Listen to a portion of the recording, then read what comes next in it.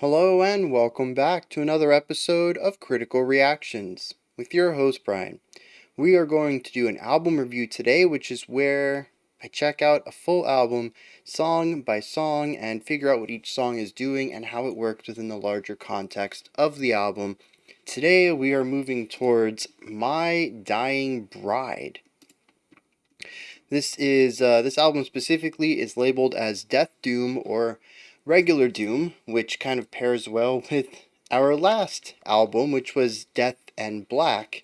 So we just have a lot of death adjacent albums coming in back to back with these album reviews.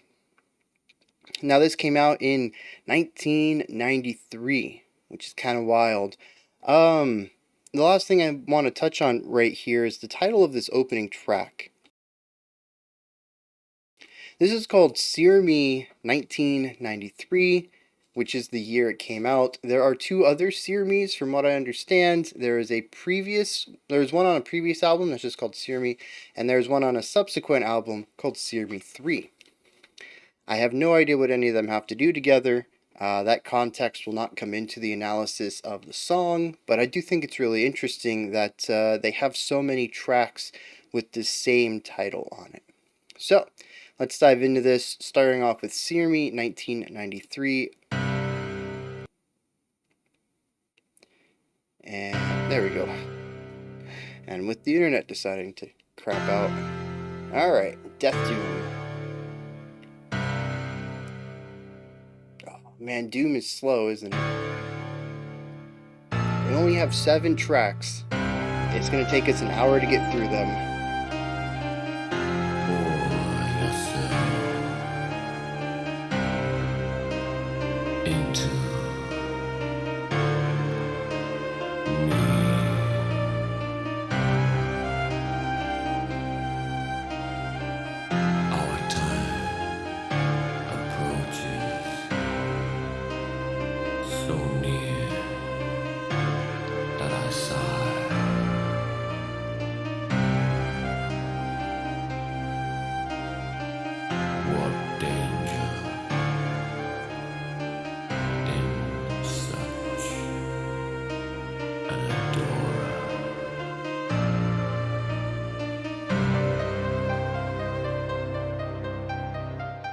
So it's exceptionally moody, it's very theatric.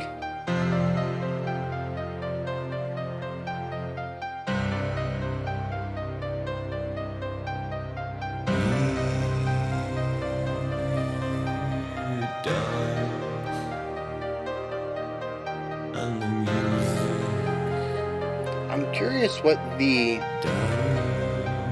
tempo of this is. Do we follow the chord progression? Which is rather slow, or do we follow the piano?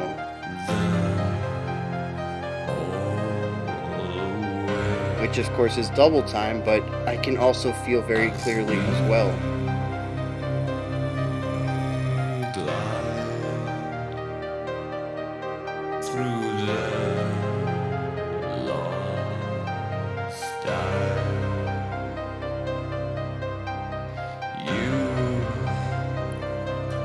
There's a really interesting violin part off to the right. It's providing harmony to our piano, our center piano.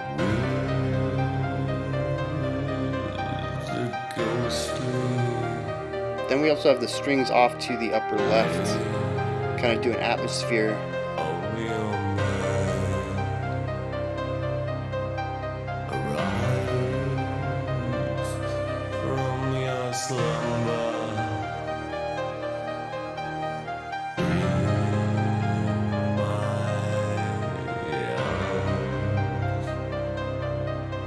Your beauty took the strength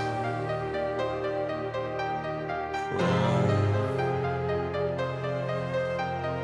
me.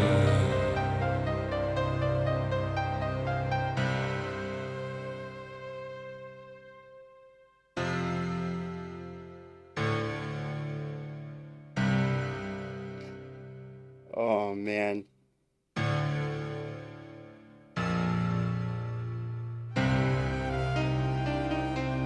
we're starting over. in the middle.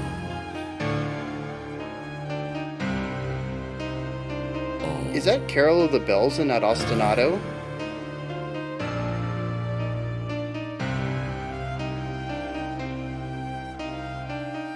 we run.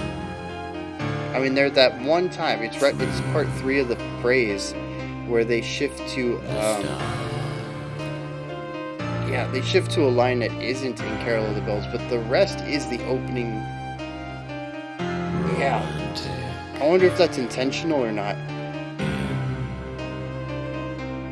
Our taste.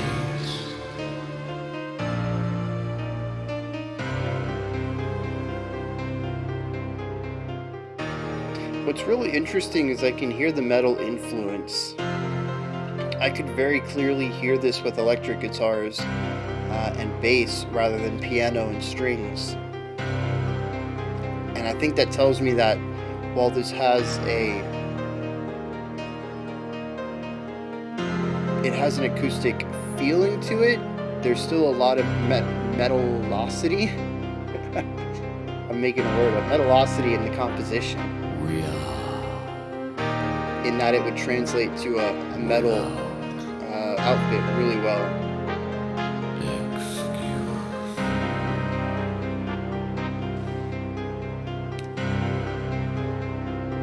We burn in our love.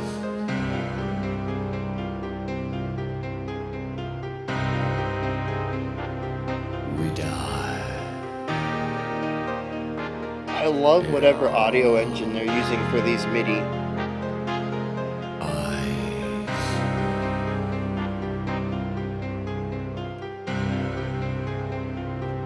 And drown in our arms.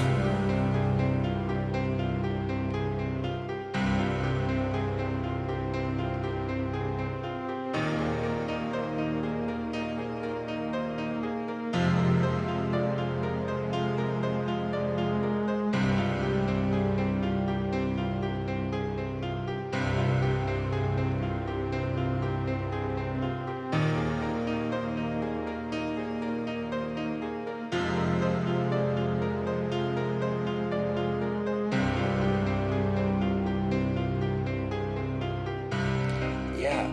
So 4 and 1 are the same chord. We have a rising idea on 1, 2, and 3, and then 4 is 1.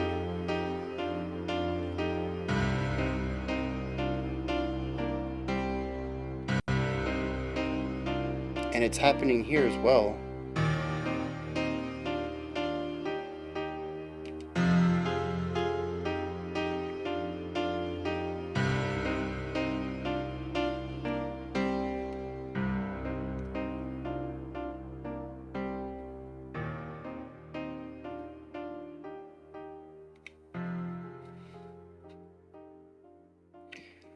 Alrighty. We still got 20 seconds left.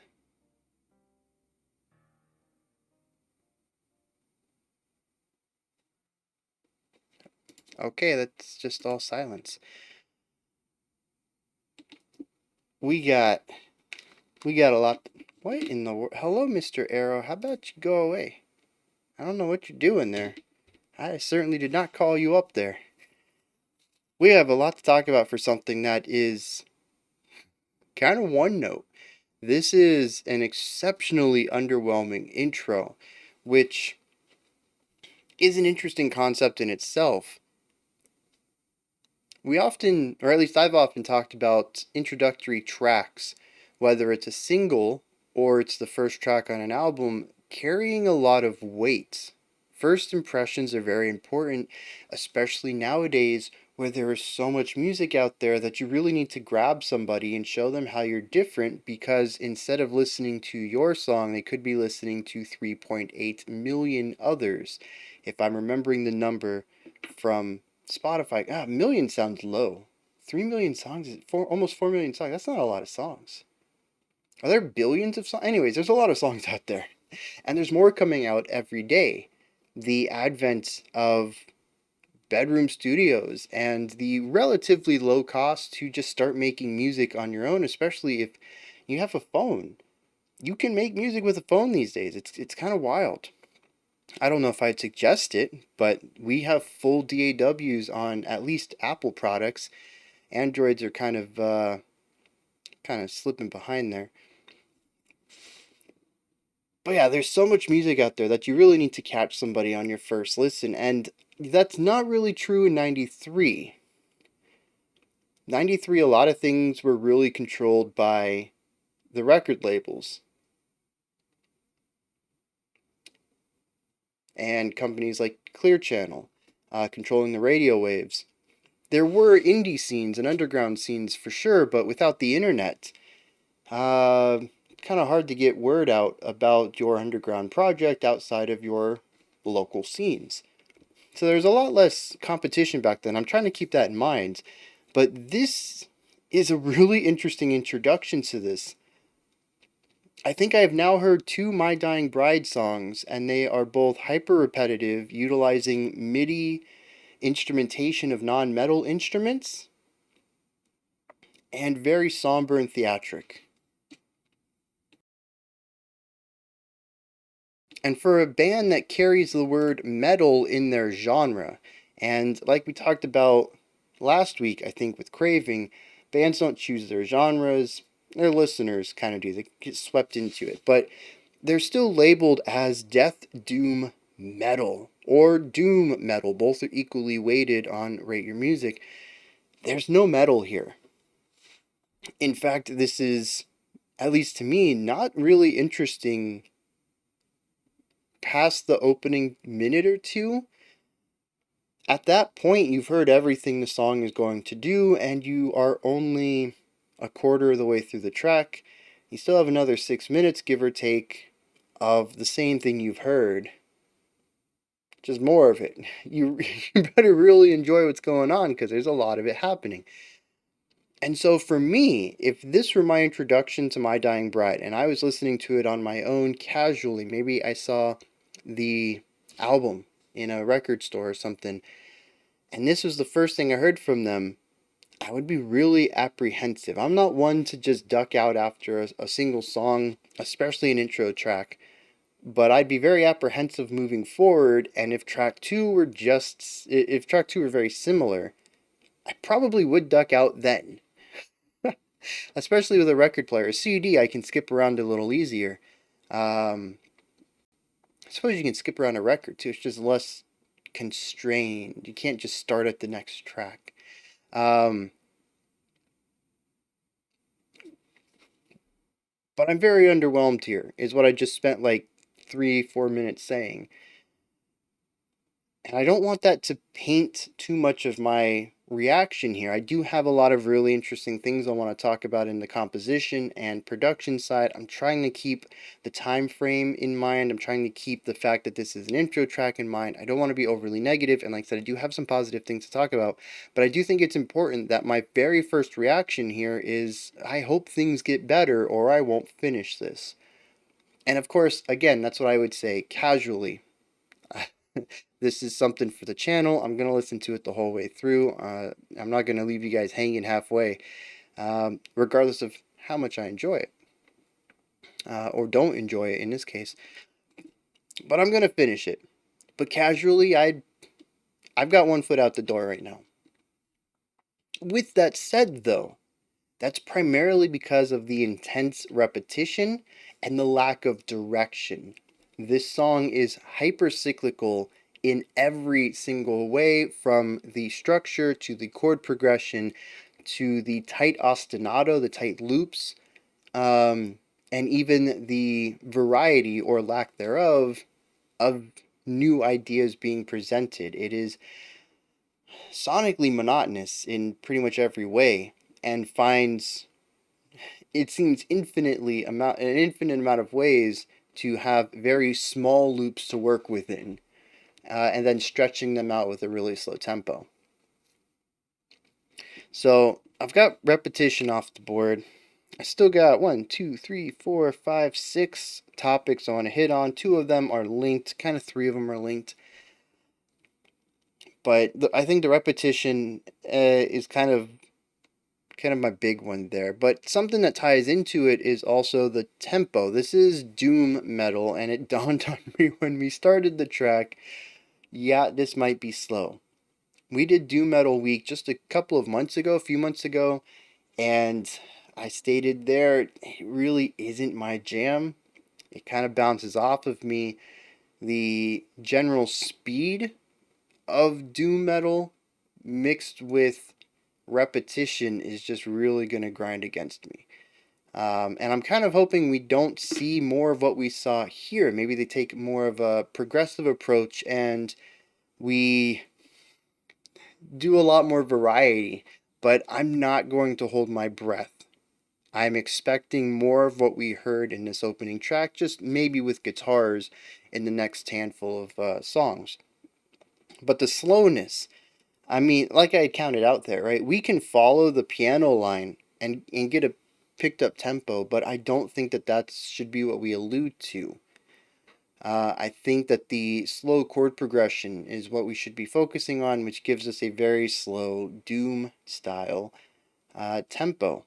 It informs everything else about the song. If you focus in on the piano, the song is too quick for the emotions I think that they're aiming for, which is this slow, dragging, lethargic element. When you listen to the vocals, there's not a lot of energy there. We pretty much get one word per couple of seconds.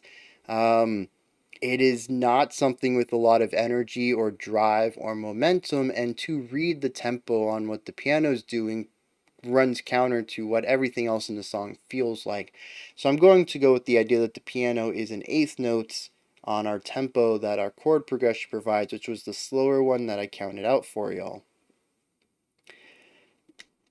And the slowness and the repetition come together into something that ends up feeling... Should we wait until we hit... Yeah, let's pull it all together. Okay, it is slow, it is repetitive. We got a couple more things to talk about, and I'm going to wrap all this up into a big idea that I think is going to really sell what the band is doing. Now, let's talk about the chord progression. In a lot of this, from what I remember, and the 2 chord progressions we heard at the end, which I'm still pretty sure are the only 2 chord progressions in the song, and they're actually the same chord progression, we just have different riffs on top of them. We have our root note, our second, our third, and these could be read as chords. I said notes, but they are done as chords sometimes. And in the 4th part of our phrase, we hit our root again, and we're already there for the root on our next turn.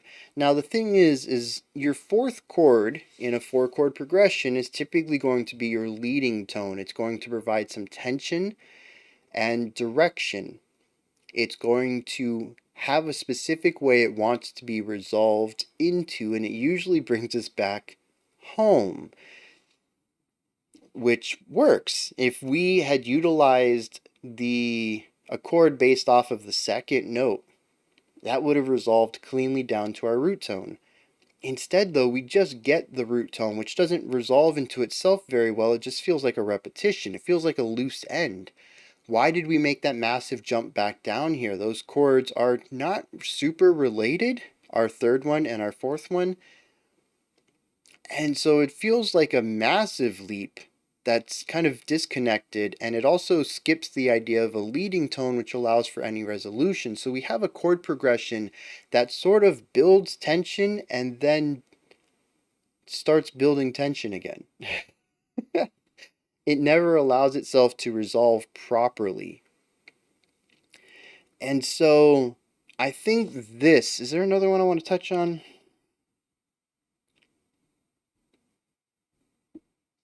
We'll stick with just those 3. Repetition, slowness, no resolution. This tells me of a cycle of lethargy, and when we mix that with the overall atmosphere of the track, which is dreary, we get a concept that at least I read it as depression. It is a never-ending cycle without release, without relief, and it is a spiral that keeps you in one place of lethargy, of not having energy to do anything, of dragging your feet constantly, of it being a battle just to get out of bed. And that's what this song feels like to me on the emotional level. There is no escape from it. The song is hyper repetitive so that you can know that every moment, every hour, every day, every week is going to be the same. You are going to have this lack of energy, this lack of motivation. It's not going to go away. This is all you have to look forward to. I think this is solidified in the middle of the track, about 3 minutes in, when we had a abrupt stop of everything, and I honestly thought that the opening 3 minutes was an introduction to the metal, and then it wasn't. We just started over again. The idea that there is no release from this is fundamentally applied through the aspects that I dislike greatest about this track. But like I've always said in the past, I might not enjoy something, but I can appreciate its artistic endeavor and execution, and right here they absolutely nailed it.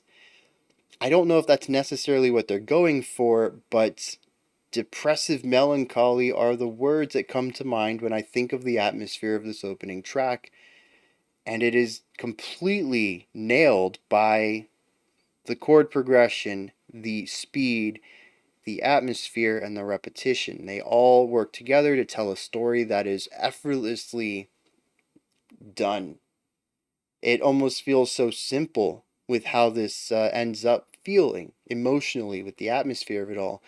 But it really is a conjoined work between so many different elements of the song. It's not simple at all in execution, but it is simple to listen to. You just kind of immediately feel depressed at the beginning of this song, and it's immediately the melancholy is immediately palpable. They take no time getting into it. Now, through all of these ideas, we also have the concept of melody and harmony and layers. And I don't know that I have anything to add to it other than the fact that I enjoy they're all here. I'm a big fan of melody, and despite the repetition in a lot of this, I enjoy the theatrical moodiness that they're able to achieve with their note selection and chord progression. The way that the different instruments harmonize with each other, dance around each other, provide atmosphere in some places, melody in others, counterpoint in others, it all works together so well. I would have liked to hear it less often, but I think the core idea here, the core 30-ish seconds or whatever, if you look at the largest phrase from the bird's eye view, not the micro repetitions, but the larger idea at large, really comes together in a way that sells this theatric sound that just drips with this moody atmosphere, and a lot of that ties into why the track is so palpable from beat one. It drips with this specific emotion, and it isn't just the underlying elements, the repetition, the speed, and all that, but it's also how they're crafting melodies and how they're utilizing those melodies over the chords, and how the different instruments are being layered all throughout to create something that is, at least in the moment to moment, exceptionally interesting.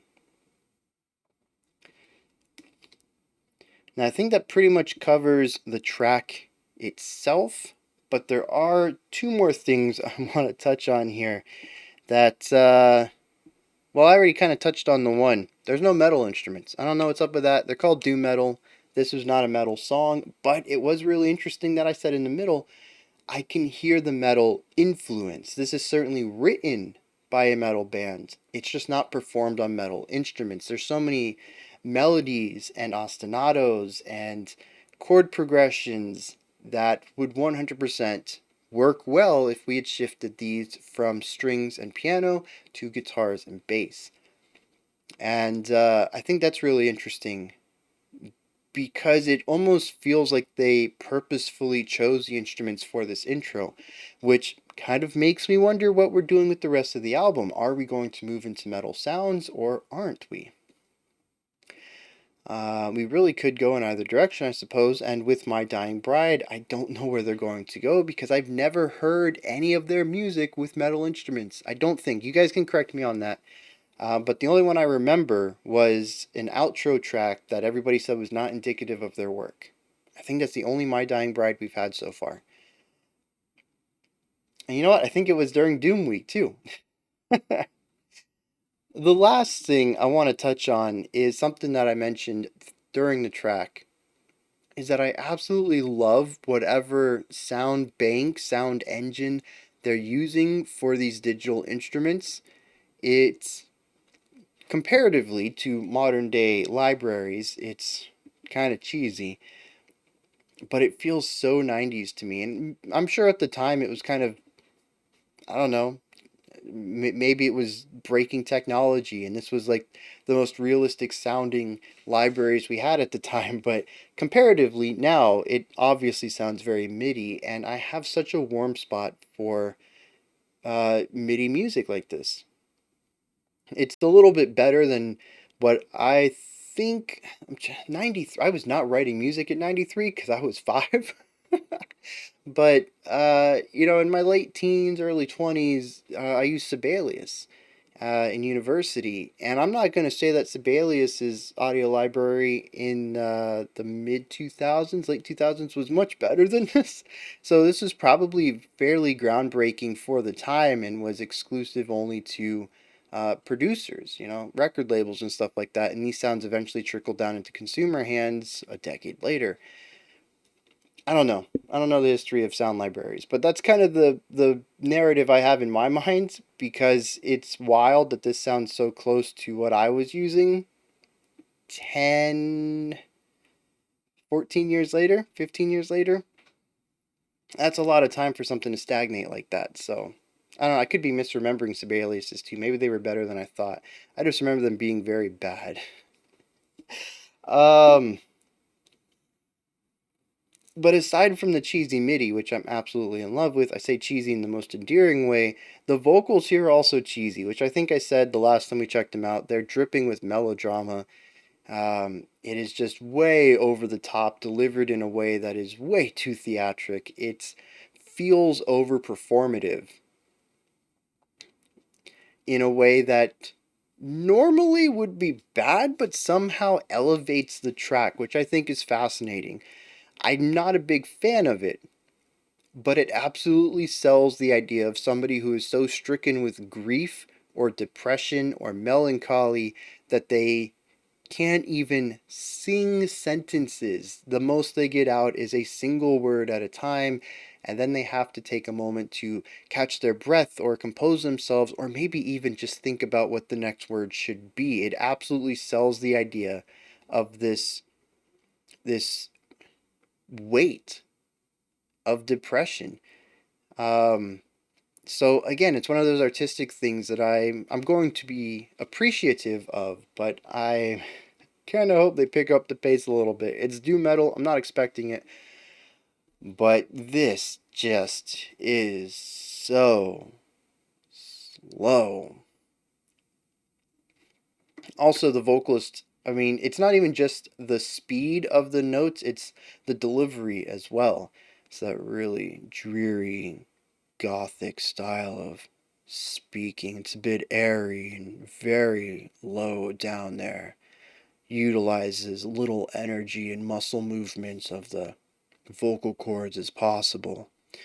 And so it's just very campy in a sense to me. It's very overdramatic, and it absolutely works with the moodiness, the overselling of things. That's the thing. Everything is done to 11, and because of that, it's kind of endearing. I totally understand why people would love this. even if it's not my cup of tea. So, I guess next we should check out the lyrics and see what they're doing. There's not a lot of them. In fact, for most of these tracks being close to 10 minutes long, 7.5, 9.5, 7, 7, 12, 10, and then the final one is just 5. So they're all dancing around that pretty lengthy area. None of these really have a lot of lyrics, which tells me A, we're going to have a lot of instrumental sections, or B, our vocalist just doesn't say much at all. Doesn't pick up the pace because they're tired. Alright, I'm going to stop making jokes about the vocals. They are artistically appropriate. So let's see what our vocalist is saying in the track. Which is, of course, romantic melodrama. It's very, at least retrospectively analyzing it, very gothic. I don't know if the goth scene was big on My Dying Bride back in the... I don't know if the goth scene was ever big on My Dying Bride. But a lot of this element seems very gothic or even emo, I might say. Given it was 93, I'm trying to remember when stuff like Cap and Jazz was coming through.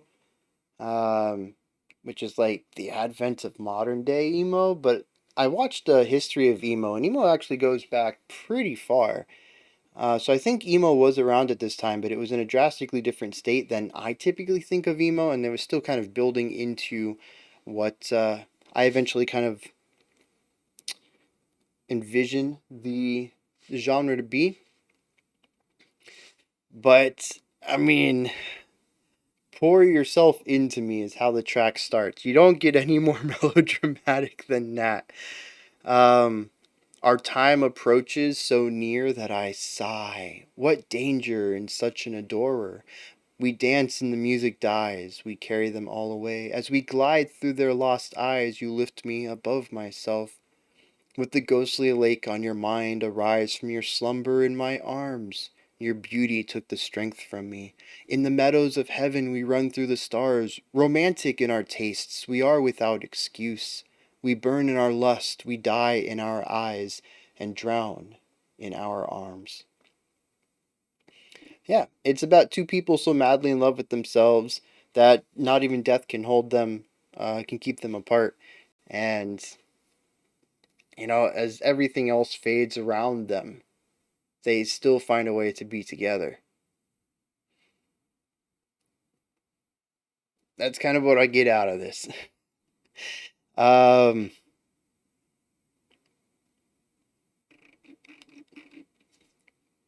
I don't know how to tie that into Sear Me, which I kind of thought was going to be a bit more aggressive and less romantic.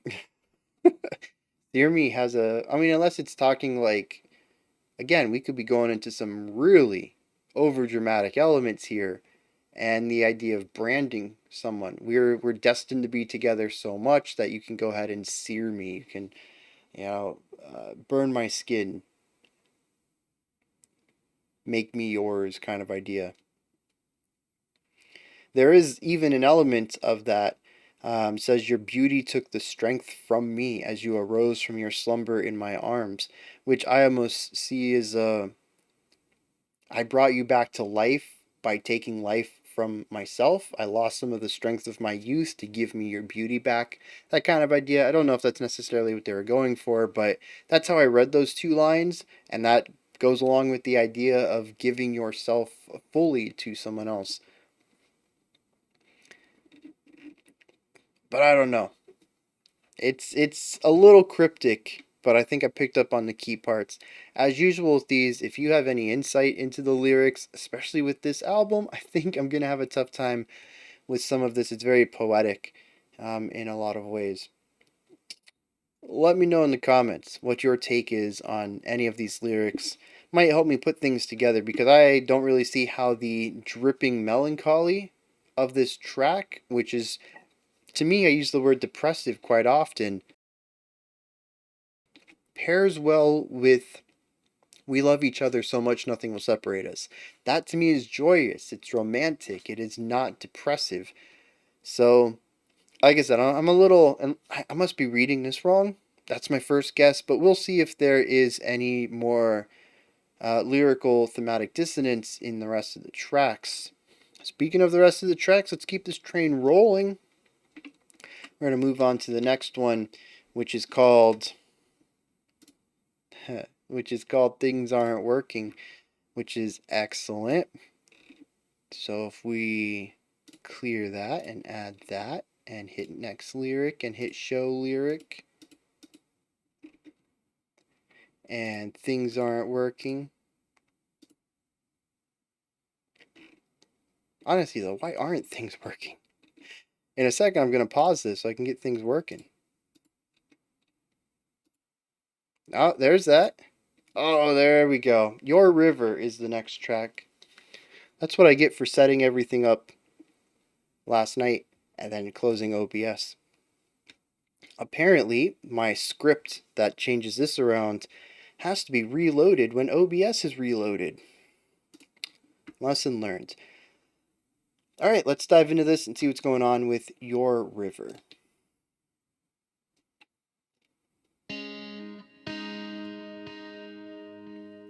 Alright, we got a guitar.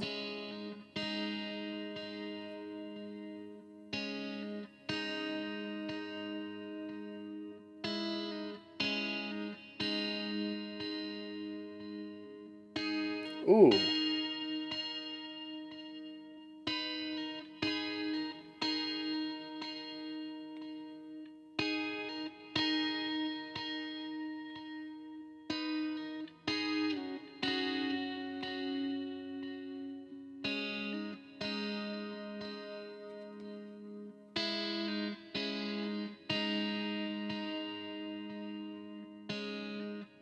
Yeah.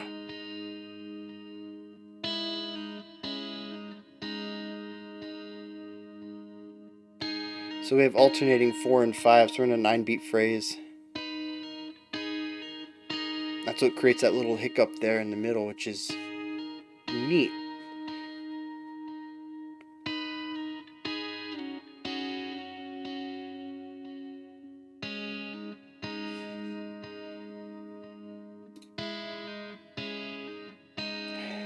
Tell you what though, man. Thank you. Really interesting transition into that though.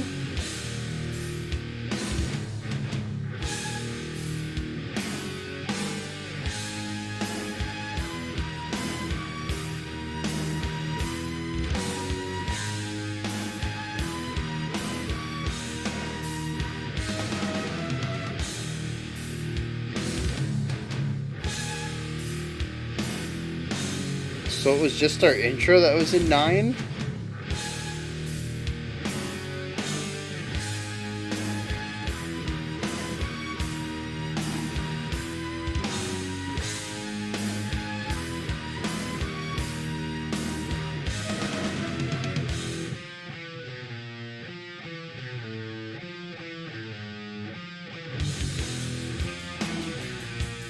Oh, okay.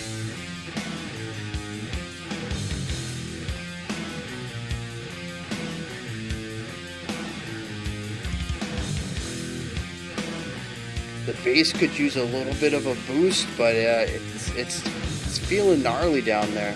It's a massive tone.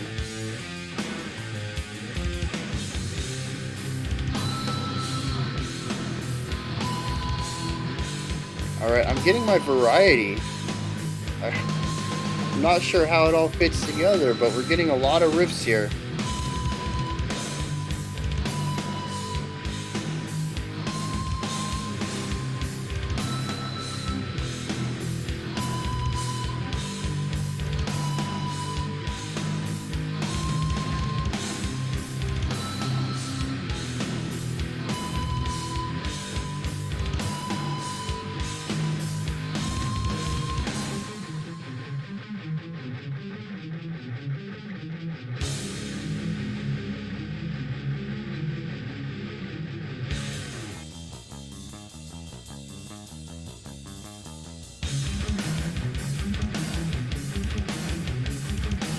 really interesting. So we were in 3/4, and now we shifted to like a 3/8.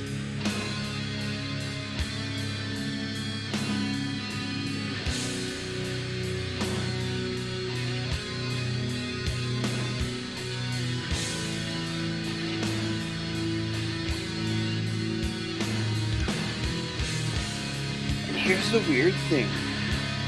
I don't know what story they're telling me. The emotions are all over the place.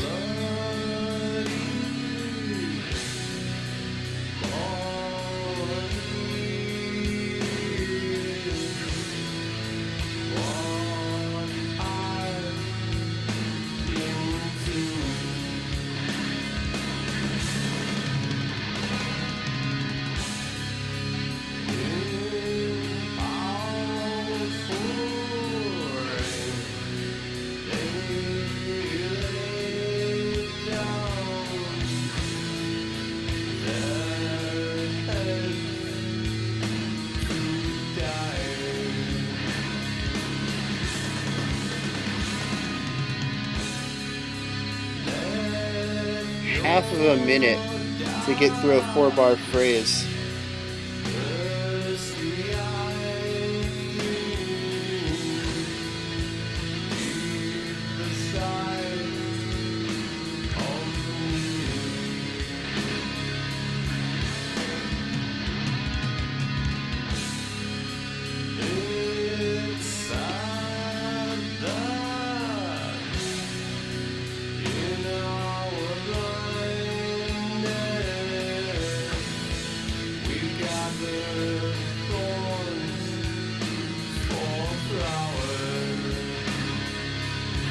I'm really digging the vocal production. It's just a tad bit flat, but it absolutely works for their vibe.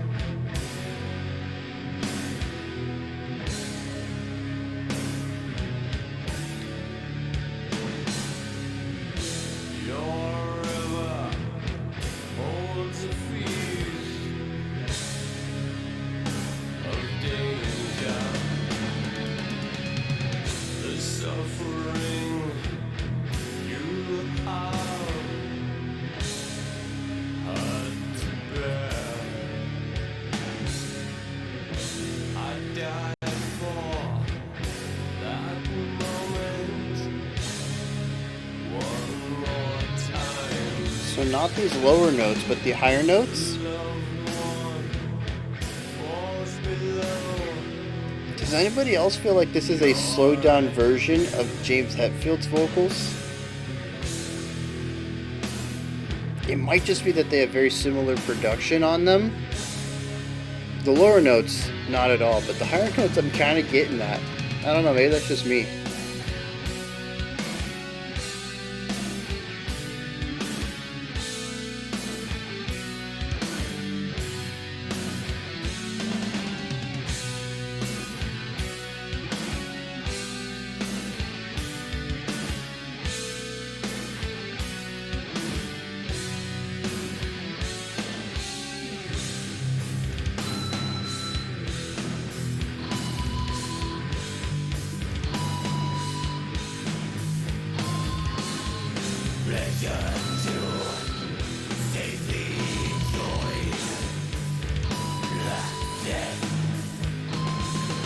I was not expecting that for some reason.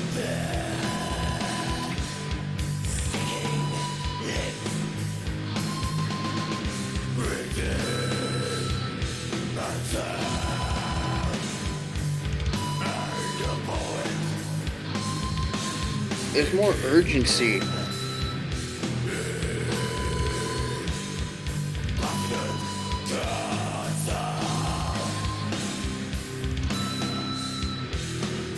I'm not a fan of that squealing guitar though.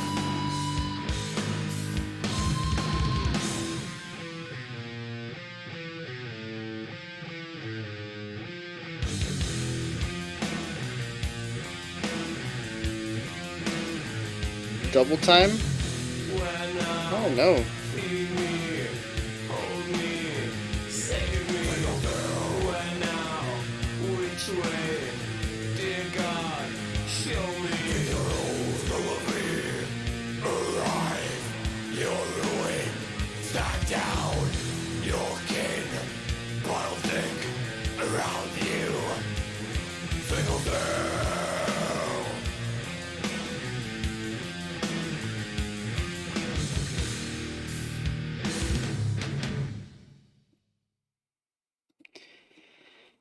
Ah.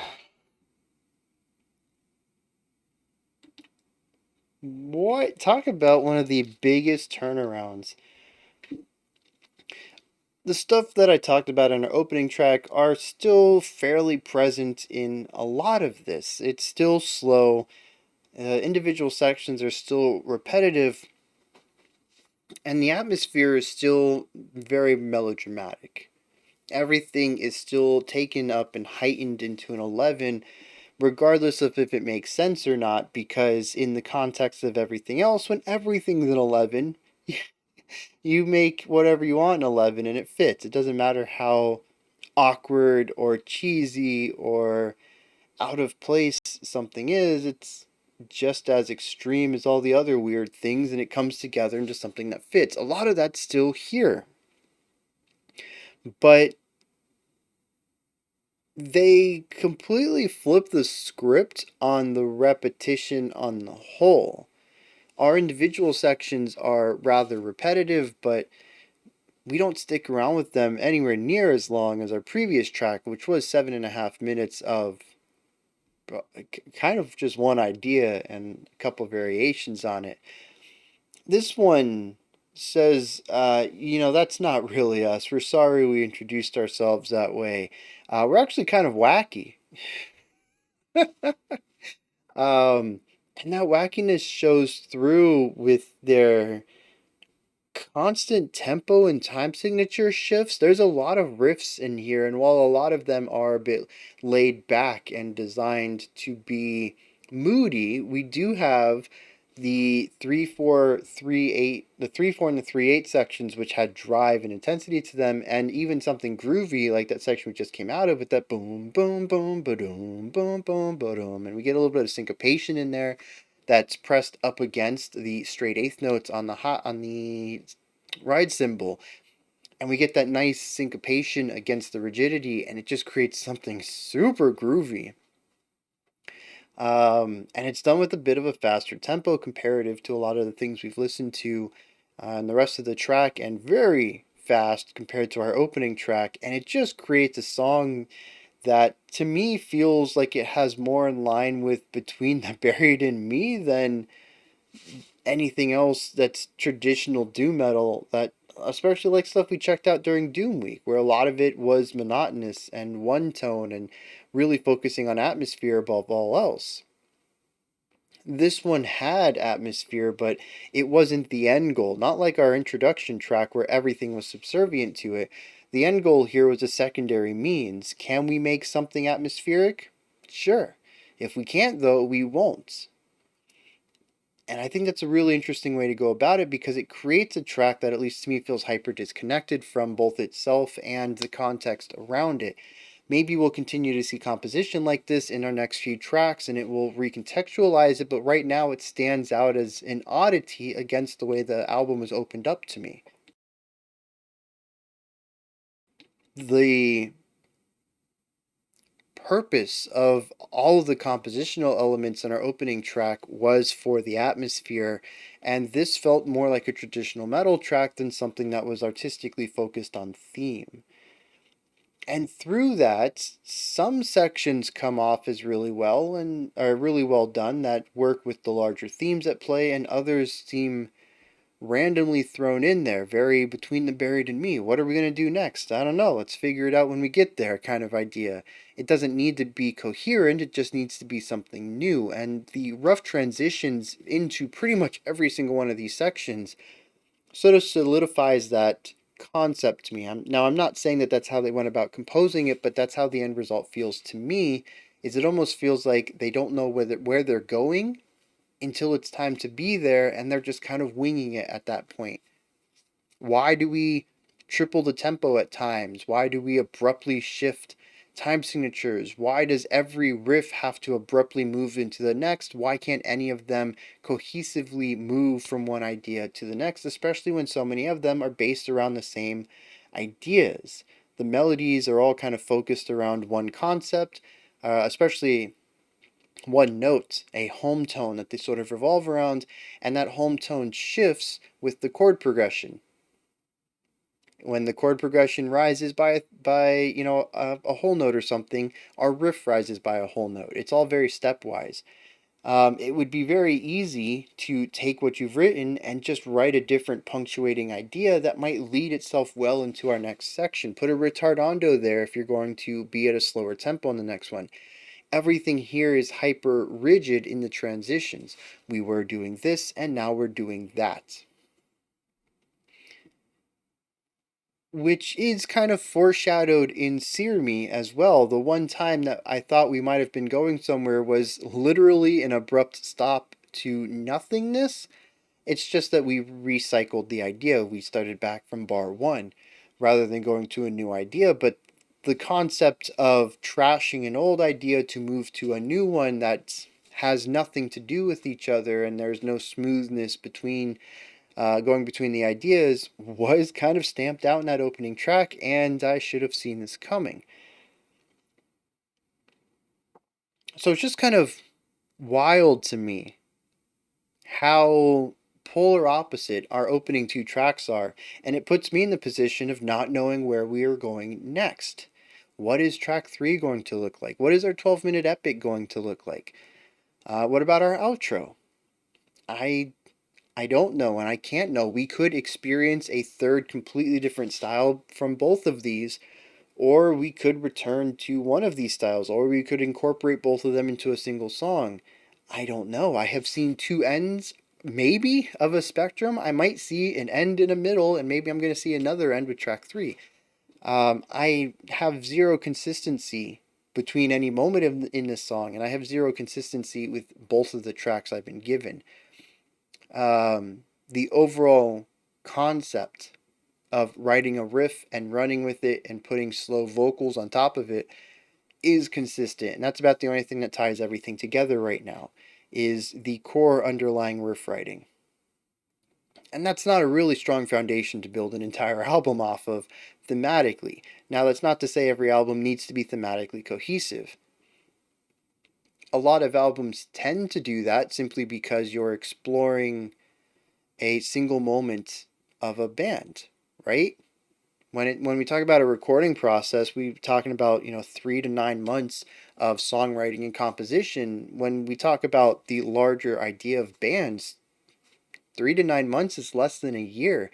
For bands that stick around for 30, 40, 50 years, this is such a small era of a band that it might as well be something that fully encapsulates who they were at that time, which creates a conceptual tying of everything together. Most albums do not rapidly jump between concepts or bandmates or atmospheres or production techniques from song to song, making it all feel disconnected. A lot of albums tend to feel very unified from start to finish, even if they're not concept albums per se. And so this, like I said, is really interesting because I have two wildly different things going on here, and I don't know where they're going to take it, and it also makes me feel like the album is a bit disconnected. Even for albums that I wasn't a huge fan of, such as Genesis's Lamb Lies Down on Broadway, I can't argue that the whole thing feels very cohesive and connected. It's a whirlwind of an album for sure and goes in a lot of different directions, but thematically, lyrically, atmospherically, production wise, it feels very unified, and every track feels like it naturally flows between each other. They all make sense to be in that album together. So far, I don't have that vibe from our two tracks. With that said, though, I am kind of a fan of some of these tempos and time signatures. The groovy aspect at the end just went so hard, especially in contrast to where we had been for so much of the album already, which we are looking at being 16 minutes into the album. We are getting close to the 33% percent already. We're just a few minutes shy of being a third through the song. So there are some really groovy bits in here, and I like the idea of what's going to come next, right? It's the novelty of it. The more you listen to it, the less surprising the song will be, the less surprising, the constant flux is. But for a first time listen, I greatly enjoy that sort of novelty to it. I don't know what's coming next, and that made it a lot, much more funner. Why can't I speak? Sear Me was exceptionally boring, at least for me, because around the 2 minute mark, like I had mentioned, I had heard everything the song was going to present to me, but I still had to get through the other 75% of the track, which was just more of the same. This one did not feel like 9.5 minutes, and actually felt quite a bit shorter than our last track, on the sheer basis that it was constantly surprising me with ideas. Again, I don't think all the ideas really work together well, but the fact that if I didn't enjoy something 15 seconds later, there might be something new to dig into is always nice. And through that, we end up hearing quite a bit of tempos and time signature combinations, and some of them are really cool, and some of them are really groovy, and some of them push against both of those and kind of try to run the song down, trying, digging into that doom element, and so it's got a nice novelty factor for a first time listen on it. One thing I do need to point out, during Doom Week, I mentioned, especially with bands like was it Ahab? When you get, oh no, it wasn't Ahab. It was the ones that did the slowest track for the week. It was like 35 BPMs. It was Thursday, wasn't it? It was our fourth one. I can't remember what band that was. I commented on how difficult it is to play in time at such a slow tempo. You really have to be good at subdividing beats in your head. If you're counting 1, 2, 3, 4, and you're not using anything else as signposts, they might as well all be completely separate from each other. The fact that you're going to perfectly time exactly 1.26 seconds between each of these is, it's not human. You're going to need other landmarks. So you're going to have to just have a really good internal metronome and subdivide those beats into stuff like 1E and 2E, and where you can really feel more pulses, to really nail some of this stuff down. So it makes sense that doom metal at its slower tempo, especially with musicians who are not typically trained in theory, who might, metal kind of as a whole has some sloppy origins to it, and some sloppiness to performance is kind of something that continues to exist through some aspects of metal. It's not necessarily seen as a bad thing. I even praised it in that reaction, that it helped elevate the track in ways. But um, Doom tends to have a little bit of sloppiness in it because of the low tempo, and this didn't. I kind of wrote that off in our opening track because I assume it's MIDI, it's all programmed some way, perhaps.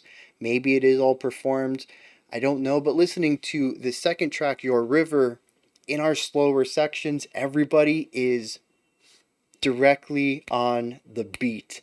No matter how slow it gets, they're all relatively perfectly in time. There's little imperfections, but that's just going to be your general imperfections. Everybody's always going to be just a hair early or a hair late. Um, it's just that when you speed up tempos to more traditional speeds, 70, 100, 130, 140, you hear that discrepancy less and less. Here at the speeds it is, I can hear them, but I really have to listen for them. If I'm not paying attention, everything feels perfectly in time, which is a massive thing for playing at these slow speeds. And that's really awesome. I don't know if they were using, I'm still trying to think, 93. What was tech? Did we have in-ear monitors in 93? Was this all recorded at once? Was this put into an audio workstation? I don't know. But it would not surprise me if they use some sort of timekeeping device, whether it's a click track in an in-ear monitor or a metronome or some sort of visual cues between the band if they all played at the same time to record. or digital assistants in an audio workstation. Any of these would not surprise me, but if they play this tight live, that's also just phenomenal during some of these slower sections, which I'm going to assume they do. Most bands tend to replicate their studio sound to, as far as they can, and you're not going to make your studio sound super tight if you can't do that live, because you're going to be playing a lot of live shows. So yeah, that was just really wild listening to their tempo consistency. Um, so the lyrics of Your River, once again, there's just not a lot of them. And as I had kind of mentioned on the last one, I saw there weren't a lot of lyrics through these tracks, and I assumed they were either going to be super slow, like we had in our opening track, or lots of instrumental work. And at least for this track, we got the latter.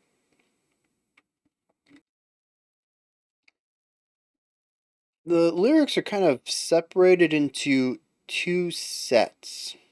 And I think this is going to be the first set of lyrics, and then we had an instrumental mode, and then a second set of lyrics.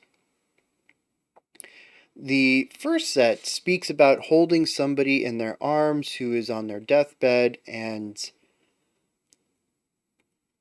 just being real emotional about it. And it's in the typical melodrama we've come to expect. The opening lines, "Your bloodied body is what I cling to. In powerful rain they laid down their heads to die. Let your dark, thirsty eyes drink deep the sights of me. It's sad that in our blindness we gather thorns for flowers." And it kind of creates this idea of, at least to me, a battlefield and holding a dear friend or maybe a lover um, in your arms as they're passing. But the last half goes into a bunch of short, direct questions or announcements. We have this concept of a king in his passionate castle. I don't know if this is tied into it. There's no break in the lyrical structure here.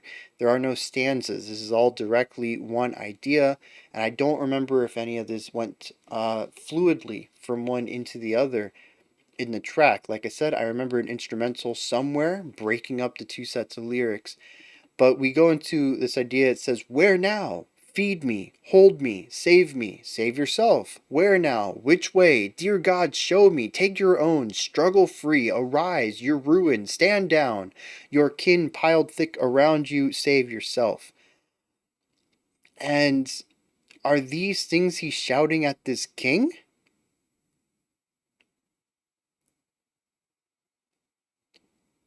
The end sort of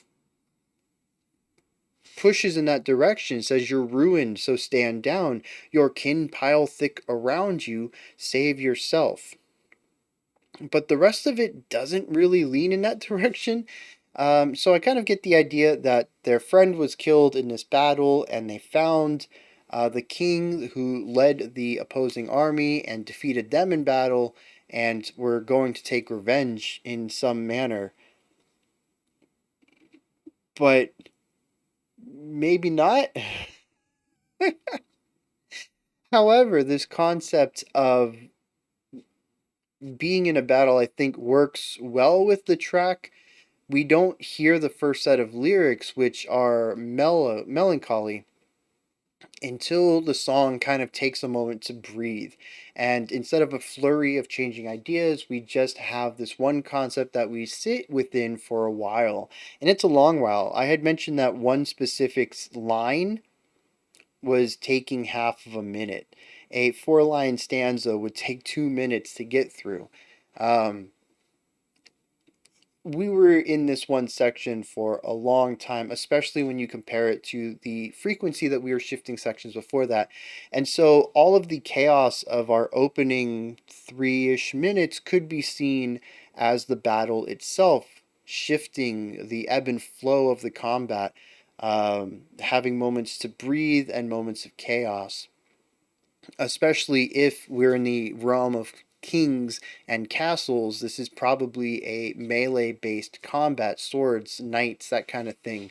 There might be archers and possibly catapults and trebuchets, but for the most part, I'm guessing that this is some sort of really tight-knit battle on a hill kind of idea, on a big field.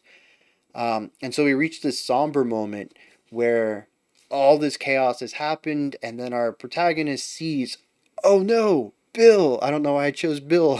And he runs over, and the music kind of calms down for a little bit, and we get this very somber, slow delivery of these lines about how quickly, we lose each other, how fragile our lives are, and stuff like that.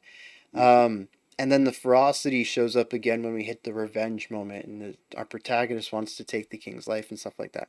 That's kind of what I'm getting, but I also don't have a really strong read on the latter half, so I don't know how accurate that is, but I am pretty confident in the first half of this track and my read of it, which is pretty cool. It's one of those moments where the song itself doesn't really make much sense on its own, but I'm also not approaching it in its totality. I'm excluding a pretty major aspect of it in this case, which is the lyrical story, which absolutely informs what the more chaotic elements were that I don't really think fit together very well, but the idea of not fitting together being chaotic was the core elements of it.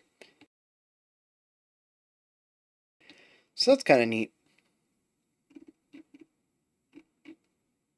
And I mean, as we continue forward, this isn't a concept album, I don't think. If it is, this is a really interesting back-to-back series of lyrics. But I do think we're going to continue to see melancholic and somber lyrics show up through the rest of the album, even if it's not conceptual and that each set of lyrics ties into another and tells a story. I think we're still going to have a unified theme throughout. So, let's dive into this next one, The Songless Bird, and see what's going on there.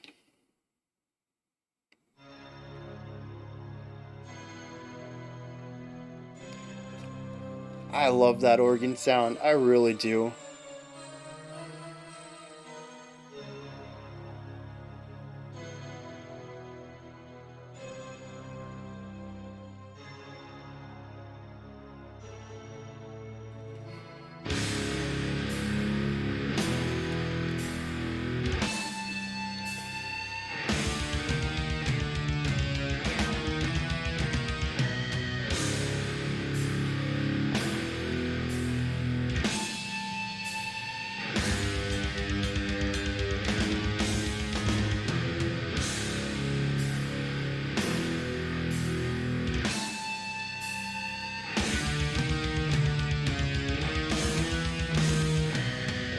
So we have a very slow 6. I don't know what I'm doing right.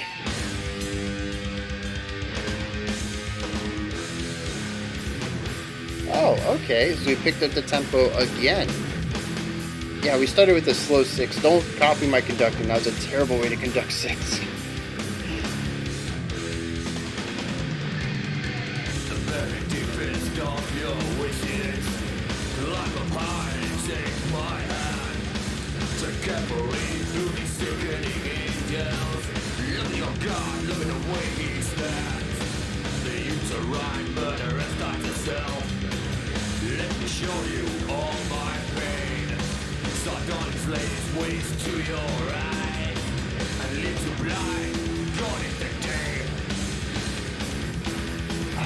You know what I'm hearing here?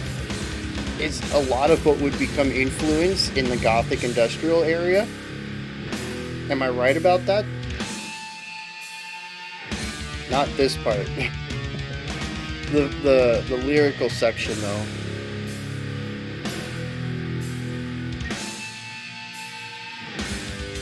What's really interesting too,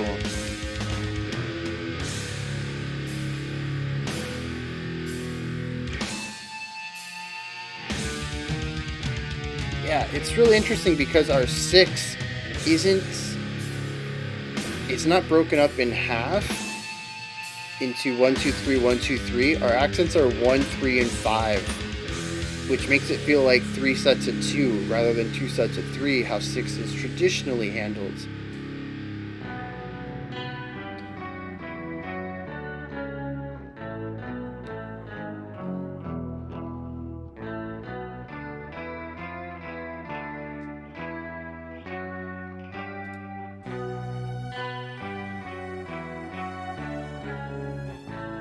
And see, I said I had no idea where the album was going. We're seeing a mix of both of our styles so far.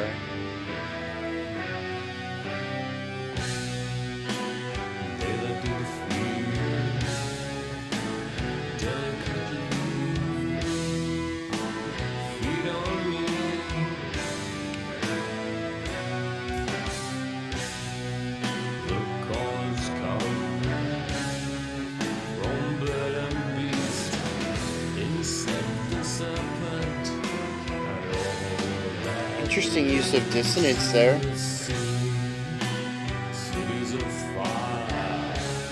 Bringing back the layers.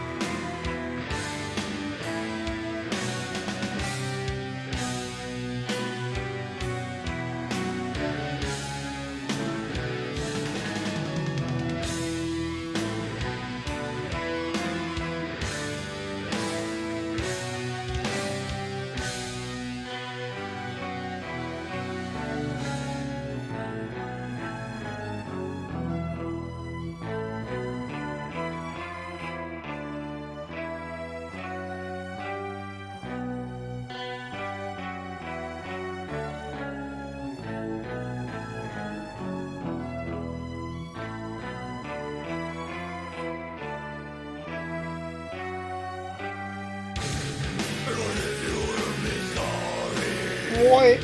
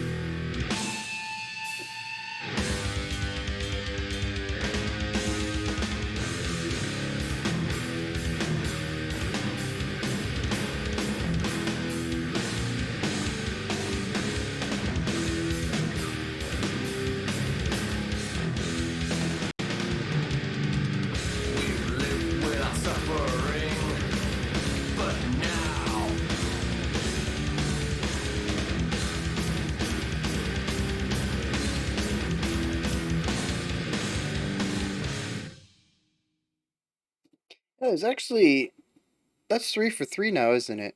I'm just sort of abruptly ending, which I mean, it fits perfectly with their idea of transitions. So, if the transitions aren't smooth, why should your endings be? I suppose. Um, this was really neat because it combines the two sides that we had seen with them, with the more layered, melody and atmosphere driven, especially interestingly, always paired with the wider instrumentation, the strings and the keyboard, the piano, organ, and the more metal riff based driven sections with more of the variety to it as far as tempos, time signatures, riffs.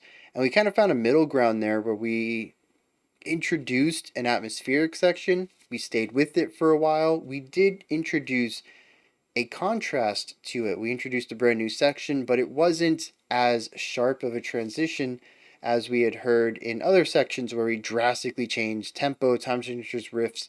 Instead, we just did a variation on the concept by giving the core melody line to the guitars, but we keep the strings or whatever on the top in order to provide counterpoint with the riff that the guitars are now running with. And so we got to hear a combination of not just both of the sounds that we've had so far, which is the strings and the guitars, but we also got to hear a mix of their composition styles, of constantly changing things up and simultaneously keeping things repetitive. And I think they found a good middle ground for accomplishing that. Um, Overall, I think that song might be my favorite so far. I mean, we're only 3 tracks in, there's only 4 more to go. But I think it is my favorite so far in that we've got both of them. Sear Me was too repetitive, and Your River was too chaotic, and I think this struck a really nice middle ground. I am not a big fan of that core riff that they have. The 6/4 followed by 2 bars of 4/4. The tempo change within it is really rugged. It just doesn't smoothly. I like going back into the slowness of the 6 from the 4. I think that Ritardando works really well, but going from the slow, high pitched sound into our new tempo is just real messy. And I'm actually surprised how well they continuously did it. Um, every time we moved into it, I was like, this is going to fall apart. I have a tough time remembering what the tempo is going to be. And I've heard the riff 10 times now. You know, I should know what the tempo is into the 4/4, and I should be able to land on it. And, you know, that's something that just comes with practice, right? You don't just pull this off on your first day. You practice this over and over and over with a metronome until it is ingrained in your muscles. Um, but it's still, I think every time it didn't fall apart, it just surprised me. Like, yeah, their timing, once again, it's so good. I mean, it makes sense since the band constantly utilizes tempo and time signature changes. Having really strong internal metronomes for every single musician just absolutely makes sense. The band would not work without that. Whatever it is that's keeping them in time. Like I mentioned, it could be somebody just like moving their body and sort of being a conductor in the performance, or it could just be internal. It could be some sort of external source, a click track or a metronome. Whatever they did to make everything so tight in this album, it's so good. It continues to surprise me. um, Now, they don't only mix general styles in here. Something I didn't pick up on or didn't talk about on track 2, Your River, is the variety of vocals in here as well. There is a harsh that completely unexpected by me for some reason. I'm not quite warming up to it, and with only 4 tracks to go, I might not warm up to it at all, but I do think it's interesting that it sits here. It is a growl, and it is over usually some pretty standard metal. And as somebody told me in the comments a couple weeks back during Death Metal Week, if you hear growling and you hear some pretty standard metal, then you're probably in death metal. And I'm going to assume that's where the death element comes in. It's death doom, and we constantly shift between faster death riffs and doomier atmospheres. And I think that's what gives them that title.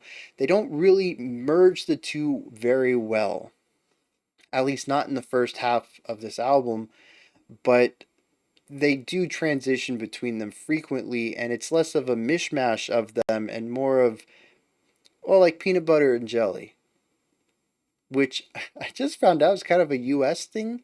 I don't Peanut butter and jelly just always seemed like a very basic sandwich that I kind of figured more places than just the US did. But anyways, you put your peanut butter on one slice, your jelly on the other slice, you put them together, and when you pull them apart, they're still mostly separated. But when they're together, you eat them together. And that's kind of what this is, where the song absolutely moves between these two modes, and each of these songs is the sum of both of these two styles mixed together, but you don't ever really hear them together. They're still very separate in the composition. But going back to the vocal styles, we have that death growl in here, and I don't know. It fits, I suppose. It's not my cup of tea though. And every time it happens, I think somehow it's campier, it's cheesier than the vocals are, which are already melodramatic and campy. But maybe that's just the mode I'm in because the vocals are already campy to me and they're kind of taking it up to 11 again. So, again, when everything is at 11, everything is normal, everything fits. Now, we haven't really talked about what the instruments are doing too much, and I think I'm going to save that for the next track. I'm hoping there's some good riffs in there to discuss. I just wasn't a real big fan of the riffs in here, and other than that really groovy one at the end of Your River, there weren't a lot in Your River that I felt I could pick out and speak on. And maybe that's how this is going to be. The riffs aren't bad, but they're not great. And I'm not going to say they're consistent either, at least not for me. Some riffs are a lot better than other riffs. And part of that is just going to be that I enjoy death riffs better than doom riffs. But the other part is that, much like the really awkward main riff in Songless Bird, the one we just listened to, that moves between that really slow 3/4 or 6/4 into the faster 4/4, I just don't think it works. And it certainly doesn't work after I had to listen to it 20 times.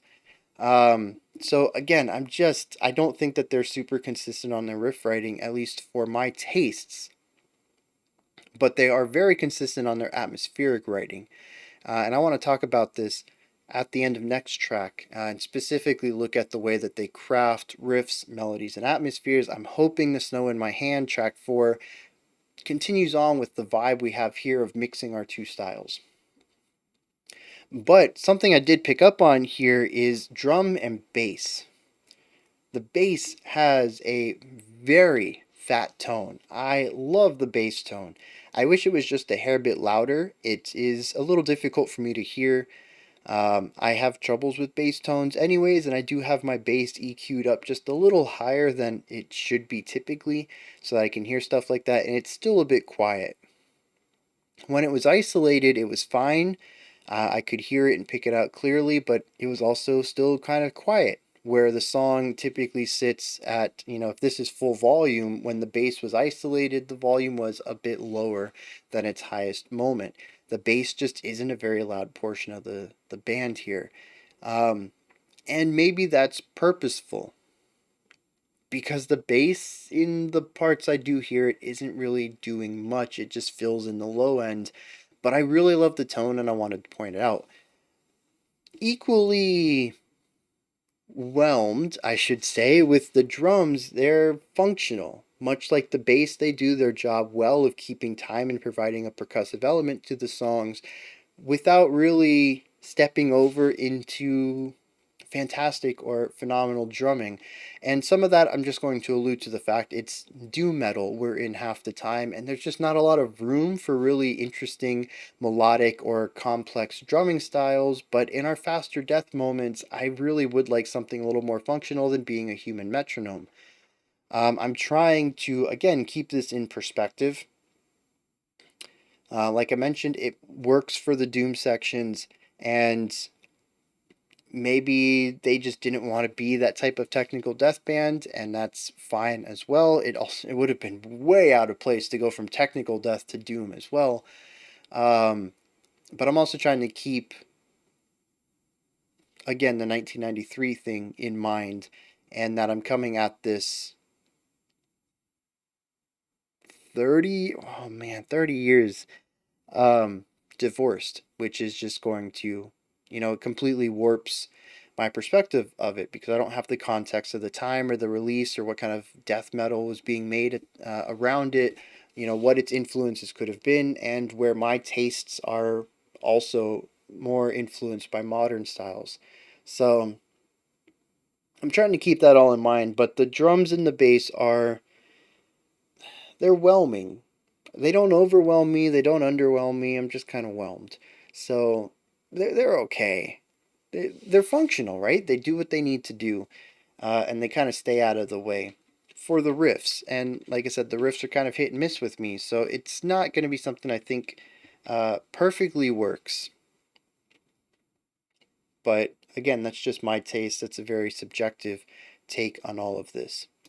Now, interestingly, the lyrics, here's something that I haven't touched on too much yet, is the linearity of everything. We have cyclebacks and callbacks and loopbacks in our music. If you didn't pick it up in Your River, you definitely picked it up in Songless Bird. That one riff with the high pitched squeal and the slow versus fast came back. Well, it was present 3 times. It came back twice after our intro. We do have elements of cycling components in the structure here, but lyrically, we don't. Our first 2 tracks are completely linear. As I stated, they're both one stanza written out here as lyrics. I don't know if they were pulled from the sleeve or the insert or anything. So I don't know how accurate that is. But at least with this set, they are divided into 4 stanzas, but they are verse 1, verse 2, verse 3, and 2 lines for our outro. So we're 3 tracks in, and 4, 5 looks like on the face of it, 6, 7. Everything in here is lyrically linear. We don't have any choruses. We don't have any looped back ideas. It doesn't look like we call back to. I'm just getting a quick glance on these next few tracks, but it doesn't look like we repeat lines at all throughout this album. Maybe that'll change when I actually read what the lyrics are, but like I said, on a glance, it doesn't look like we repeat anything. So the lyrics are going to be consistently linear throughout here, which tells me that they're really focused on storytelling, which I think is interesting, because a lot of bands just don't do that. You follow your structure, especially when the band itself is following structure. We have verses and chorus. We can't really call it a chorus because the vocals aren't participating in it, and it's kind of difficult to say, oh, this is the chorus. But we have a series of riffs that we go through in an order. Our structure is cyclical in our music, and the lyricist specifically denies that with the lyrics, and I think that's fascinating. But it also fits in with their melodramatic, theatrical, moody thing going on, in that it almost feels like they wrote poems to go with the music rather than lyrics. And lyrics can be poetic, and they both rely on meter and syllabic measurement. But poetry, in my experience, not saying it has to do this, tends to be a bit more linear. Whereas lyrics tend to focus on structural ideas, and a lot of musical structure is cycle based. So, yeah, it's just really interesting. The music went for cycles, the lyrics didn't. I have no idea what's going on with these lyrics. Verse 1 is about helping somebody climb up into a heaven-esque area. It starts off with the very deepest of your wishes. Climb up high, take my hand. It says, tread carefully through these sickening angels. Look at your God, at the way he stands. The uterine murderess dies herself. Let me show you all my pain. Sardonyx lies waste to your eyes and leaves you blind. Gone is the day. So it seems to be showing somebody the truth of a situation, right? Possibly somebody who's dead. And this would not be the first track that dealt with people who have passed on. Now, interestingly, verse 2 seems to flip over to maybe the partner of this person who died and went to this heaven-esque area. It flips over to a first-person perspective, and it says, my life a widower sad. A widower is a male widow. And he says, feed on me. The call has come from bird to beast, insect and serpent, and all that lives in the sea, and cities of fire rip through me, for my life as a widower is sad. And then finally we have our verse 3, which is from possibly another perspective yet. says, if I live, you'll be sorry. I have 1,000 forms, uninjured by your tongue. I'm working to ensnare you. So I am infinite, thousands of forms, and if you don't slay me, I will make your life difficult. It says, you'll be sorry if I live. It says, I'm not affected by your words, and I'm working on my way to capture you. Couple your name with cruelty, the mother of dying children. My hatred is unnumbered. It rises in my breast. And maybe this isn't from a third perspective. Maybe this is once again from the widower trying to take revenge on their partner's death. But that kind of puts verse 1 in a weird place because I think that is from another perspective. We finish off with the outro. We've lived with our suffering. But now? As if to say, what are we going to do now that we've lived with this? Or should we continue to live with our suffering? Or should we continue to suffer in our death, possibly? So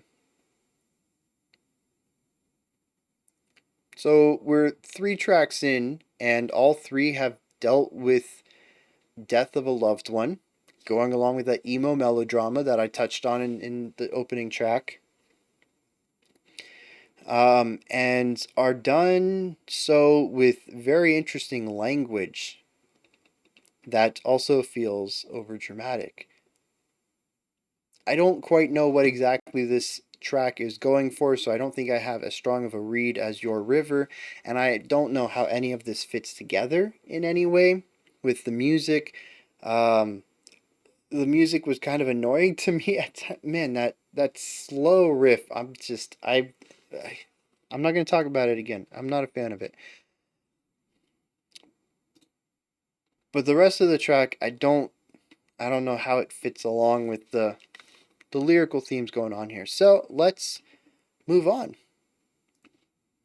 We're going to go to the next track here, The Snow in My Hands.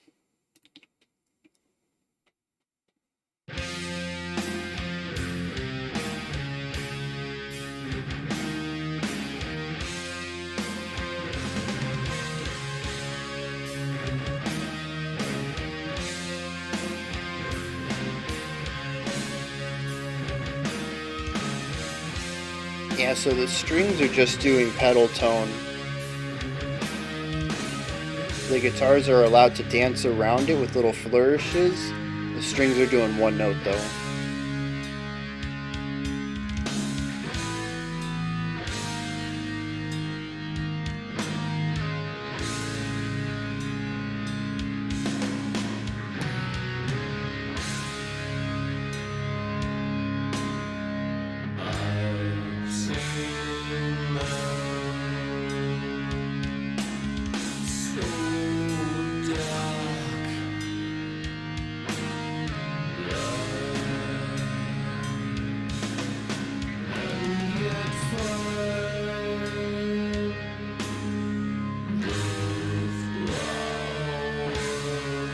You know, interestingly, this isn't the first time that the vocal melody has aligned itself with another instrument. In Your River, it was aligned with the violin in several sections.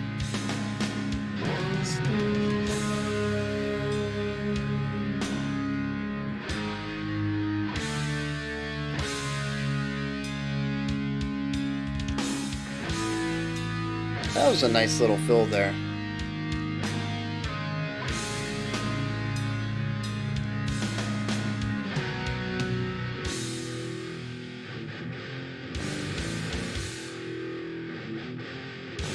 Okay, that was not a terrible transition.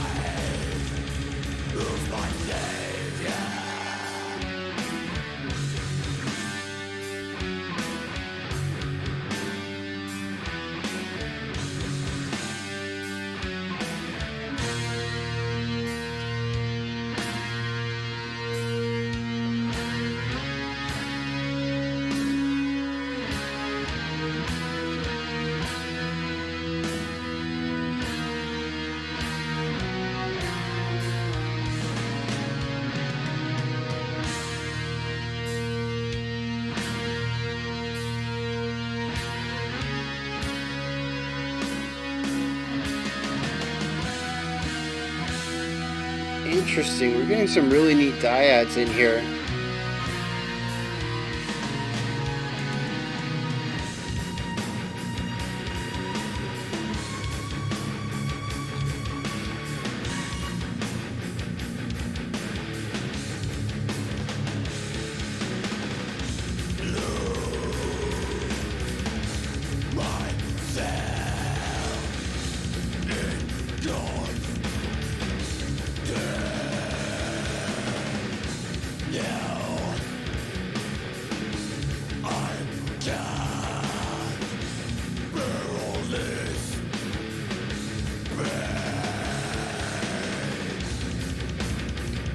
There's something about the lyrical delivery, the pacing of it, just it feels very stilted.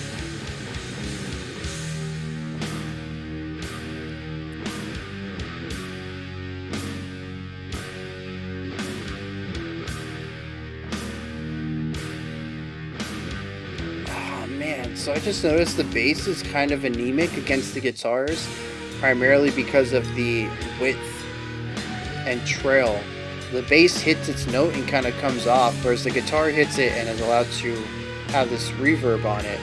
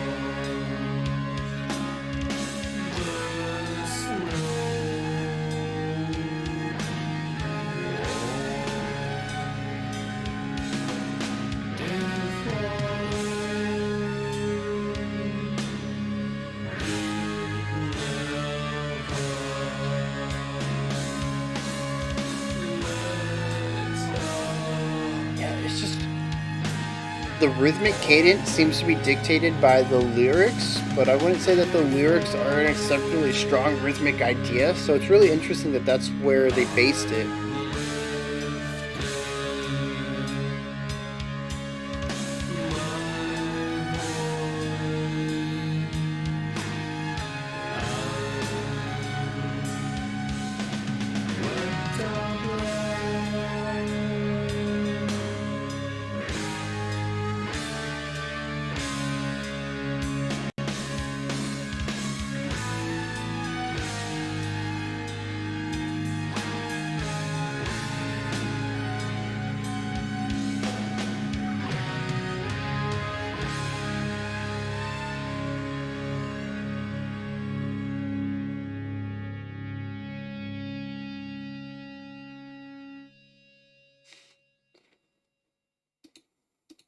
Yeah, I know I said this was going to be about the riff writing, and I think we'll still get to that for this section, but I really want to focus on the lyrical delivery here. Um, I had the lyrics pulled up for this one because I specifically wanted to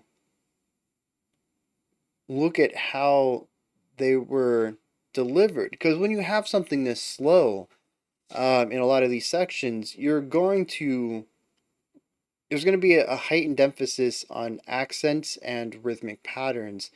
And something I picked up on this track is that the vocals are often aligned with another melody to deliver its own. And we heard this in all the songs previously. Here, we actually start off with the guitar in our opening section, but there at the end, we actually had both guitars, the bass, and the violin sort of. No, not the violin. It had its own thing. It was doing counterpoint. Both guitars and the bass, though, were supporting our vocal melody. They were all playing the same exact melody. in the same exact range except for the bass. And so the song ends up being the drums in the background keeping their rigid quarter beat or quarter note idea, really laying down that rigidity. The violin above kind of having this nice melody line that's super cyclical. It has like one phrase that it moves up and down in pitch to match the chord progression. And then we have the guitars and the bass and the vocals that are seemingly running loose. There is very little rhyme or reason between their melodies. The guitars hit a note, and if the vocals are going to stop right there, they just let that note ring out. And then they change notes when we have syllables, and then they let it ring. And this is when I also picked up that the bass in this section was just super anemic. I love the bass tone, but it doesn't get to reverberate the way the guitars do. They strum, and you get to really feel this sound continue to exist, and the bass is boom, boom, boom, while they're so it gets covered up so much anytime it pairs itself with the guitars, which does happen more often than not. And it's what makes this song feel like it has a bass element. The low end is filled out, but I at least never really hear the bass. I just kind of feel its presence, and it's because it's overshadowed, it's drowned out by the guitars that it typically works with. Um, but we have all these instruments working together. And let me just read this to you in the rhythm. If I remember this correctly, the line is, I lifted my voice and wept out loud. Now, there is a natural cadence to that. I lifted my voice and wept out loud. Right? We even have this short, long, but up, or I guess that's long, short at the end, which is actually very common in English phrases. Um, and oh man, what was it? Adam Neely did a fantastic video on this rhythm, and it's actually popping up a lot in modern pop music, especially. Hip hop is using it a lot. It's a specific cadence, and I don't remember what it's called. It doesn't start in America, though. I think it's Irish. Um, Geez, I hope I'm right on that. um, but it has a really long history, which is very neat. If I remember, let me make a note. Link to Neely Cadence video. I'll try to put that in the description or one of the top pinned comments or something. You guys can go check that out if you're interested. But it happens a lot in speech. Um, this constant movement of short and long. And so there is a natural speaking cadence to this. I lifted my voice and wept out loud.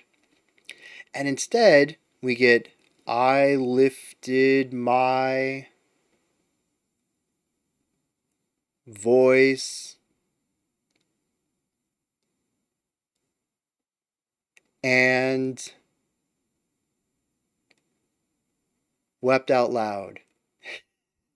And so there is nothing in this that feels natural.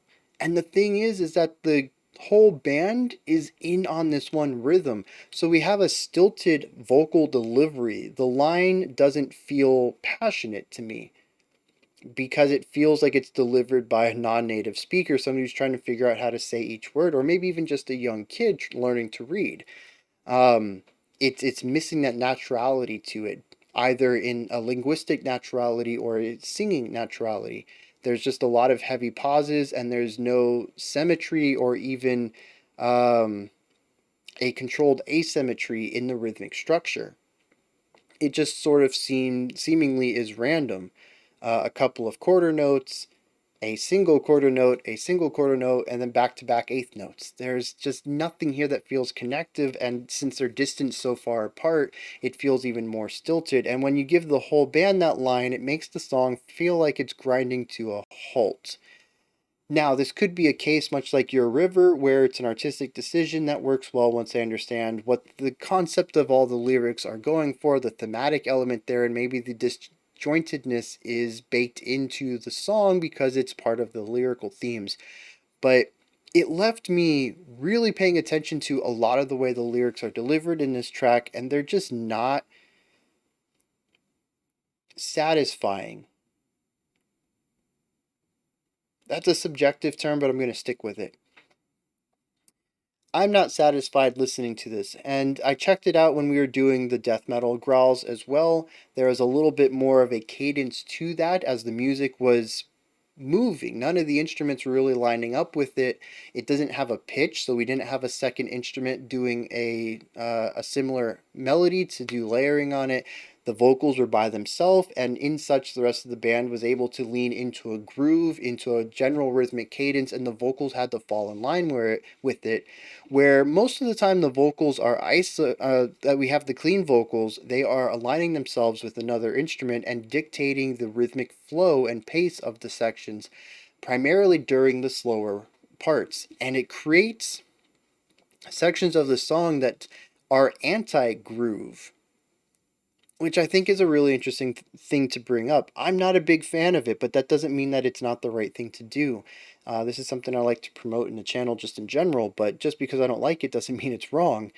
Um, but I don't think I've really talked about this on the channel before outside of kind of grazing the topic in more experimental or avant-garde bands or tracks. But here it specifically feels like they're trying to create something grooveless, especially the way that it contrasts with some of the groovier riffs that we are experiencing, both in this song and the one before it and the one before. I think Sear Me is the only one that hasn't had a groovy section in it at all. So if we have these neutral sections, which are sort of atmospheric, our doom sections, and then we have our groovier death metal sections, we can also have anti-groove. And so we have this neutral, groove, anti-groove spectrum that I think is a really interesting way to view this track. And it's something I'm going to be thinking about in these final 3 songs, is their use of anti-groove. I don't have a better name for that. And, like I said, I read it as stilted and off-putting and awkward. But that might also be the point of it. I don't know yet. But it is something I picked up on a lot here. Now, I said we would talk about riffs, and let's get into that. There's 2 types of riffs on this album so far. One is more atmospheric. It is designed around holding notes out and allowing them to resonate, whether it is the concept of a chord, such as pedal tones, or it is a chord in itself, or something we saw here was moving note intervals between our 2 guitars, creating dyads. And this is primarily used for some of the slower sections. And what we'll do is we'll land on a chord progression. We'll say that's the chord progression for this section. And then they'll pretty much just divvy up basic chords around it, or pedal tones, root notes, and give that to everyone. Some people might get flourishes. If you listen to beat 4, the final beat of a chord, you will probably hear at least one instrument having a flourish. It's usually a guitar or the violin. It'll be like boom, boom, ba da da da dum, boom, boom, boom, and you at the end of at the end of the bar, before we move to the next note or the next chord, there'll be a little flourish. Maybe it'll be 2/8 notes or something like that. The neat thing is that it doesn't feel consistent to me. At least I can't find a pattern to it. Even in sections where I know the right guitar and the violin are the ones doing it, they don't seem to be in a set pattern. Sometimes the right guitar will do it in the second bar, sometimes the lead violin or the violin will do it in the second bar, and sometimes the violin does it in the third, and sometimes they trade off every other bar, and sometimes they overlap each other, and I just can't see any larger pattern to it. It's just as if they were told, hey, here's your chord progression. When you want, if you want to, you can do a little flourish before you move to the next chord. It's up to you, though. And so sometimes they work well in tandem, and sometimes it seems random, and sometimes they're overlapping on each other, and it doesn't feel pre-composed. It's a bit messy. It's actually very messy at times. But that's the general way that these sections are crafted.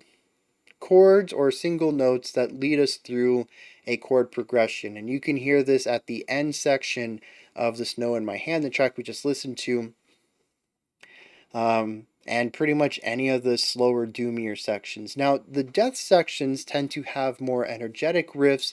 They make occasional use of pedal tones where you have your core melody that's kind of in an upper register, and then we always return down to a lower pitch every once in a while to fill in space when the upper melody isn't moving. This is pretty typical for death metal and actually kind of a lot of metal that utilizes pedal tone writing. We occasionally pair this with pretty linear melodic writing where we don't use pedal tones at all and we just kind of stick with one idea and have a home note that we sort of revolve around. We don't get too far away from it. Interestingly, pop music utilizes this a lot in vocal melodies now, not so much in the 90s and 2000s, but certainly post 2010, we see this idea of the home note becoming very popular. No connection there specifically, I just thought it was a neat aside. And there doesn't seem to be any pattern of when we're going to do one or when we're going to do another. Just each section just has its own sort of vibe of what our riff is going to be like. And then, like I've mentioned earlier, the bass just does a lot of pedal tones, and the drums don't do very much melodic writing. So that's pretty much how a lot of this song is crafted. We pick a note, whether it's a root note or a home note, and we just kind of dance around it. And so a lot of the songs, at least to me, feel very directed. In a comfortable way. It's not that I'm getting bored of any of the riffs. I think, again, they still have a pretty solid set of riffs, even if all of them don't work for me. But no matter where they go, it's comfortable. It's something we've heard on the album. They're not experimenting too much outside of any specific general bounds. But again, this is 93, and I don't know what general death metal sounded like then. I'm comparing this to what my idea of death metal is as somebody living in 2023.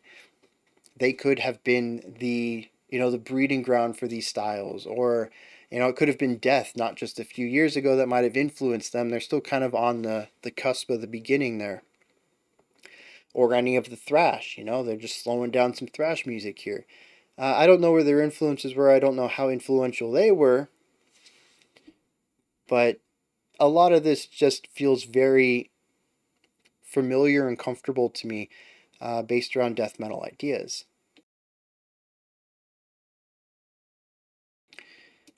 And circling back to the lyrics, this is another one that I feel is going over my head a little bit. There's not a lot of meat on this one. Many of the lines here, which it looks like we have maybe a 15, 20 lines tops, are just a couple of words long. To say that this is a shallow track lyrically would be an understatement. I could read all these to you and it would take less than a minute, I think. But it starts out so campy. I've seen them, so dark, black, and yet fine. The flower they carry had once been mine. Get away from me, man of stories, robe of lies, stay far from me. And so, I don't really know what any of this means. And I'm halfway through the lyrics, and I just have no grasp on the concepts here. Eventually, we get to a point where he says, I need help, but not from you or your father. No, Jesus Christ, who's your savior? Lose myself in God's death? Nope. So he needs help, but he rejects everything he gets. There's a man of stories. He calls him a robe of lies. He says, stay away from me. Jesus Christ comes to help him. He says, no, I'm not going to help you. I'm not going to let you help me. But then he says, he's rejected all this help. He says, but I can't bear all this pain. And here we go with the melodrama again. I had watched the snow all day, falling. It never lets up. I lifted my voice and wept out loud. So this is life? Uh, I laugh, but I hope you guys know I'm not making fun of this. Um, it's just so melodramatic, and I chuckle because I've written things like this when I was a teenager. Uh, there is a very good chance if I had found this stuff when I was in my emo phase, I don't know if I would have liked the music, but lyrically, I would have been there, and I probably would have studied these lyrics and adapted them, adapted similarities into my work because when I wrote poems, it wasn't too far off from this. It's got that over dramatic uh, person who hasn't lived their life yet is making heavy lyrics kind of thing. And so, I chuckle because it's comical, but I do see young me in here as well, and that's kind of it adds to the comedy to me. I'm not trying to make fun of the lyrics, but it is dripping with super cheesy lines. And it's endearing. Like I said earlier, I find a lot of the campiness of this album very endearing. But I have no idea what this. I mean, we have somebody who's in pain who sees something that's so dark and black, and that they have something of theirs. I mean, maybe it's a specter or a wraith, and the flower that carried had once been mine, so it was somebody they gave to somebody. So this is a specter or a wraith of somebody who they gave a flower to, and they're trying to deal with this despair, this depression of seeing somebody they loved, the ghost of them. But he rejects everybody's help about it and just bears the pain on their own and weeps out loud, "Is this life?" Oh man. So, I mean, that's my best take on it. And once again, the lyrics here are they're played very straight, very serious, right?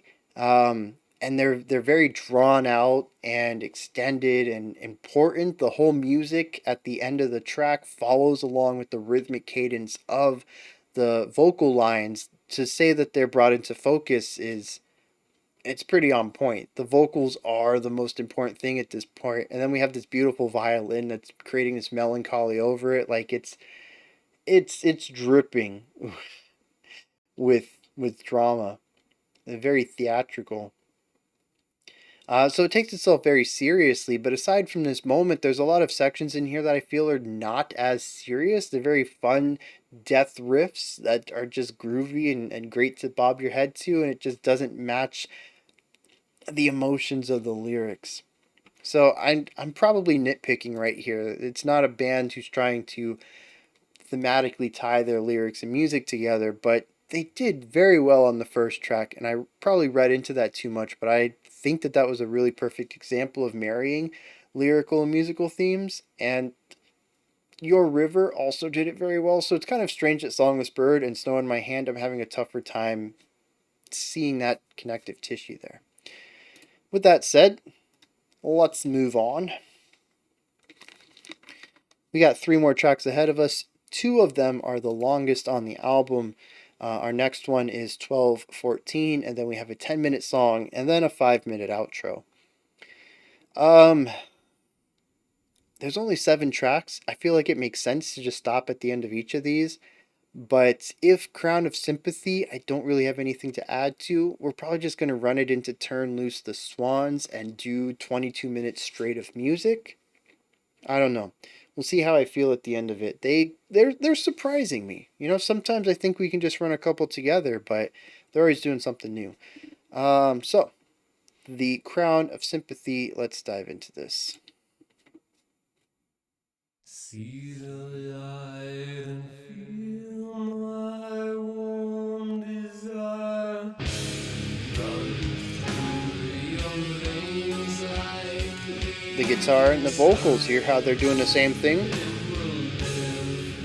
no eyes will see it. I'll bless your name before I die. No person in every day can shine. It's really interesting that the guitar is implying movement, but the piano, same note. So chordally, we're not moving, we're stuck still.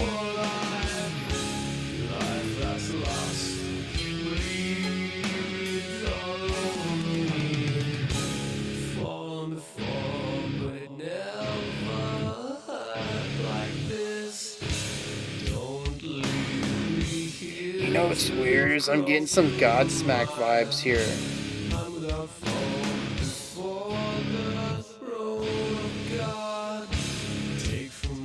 Which I think Godsmack was like 7 years after this. Their debut album was. Ooh. I'm not a real big fan of Chug, but man, as a contrast. What do you think you'll see? What do you think there'll be? Sit down. Those random trumpet blasts. What will we become? Great one.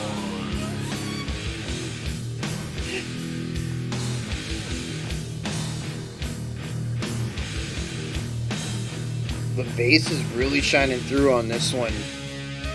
And I think it's because the guitars have shorter notes, so the bass isn't drowned out by the reverb.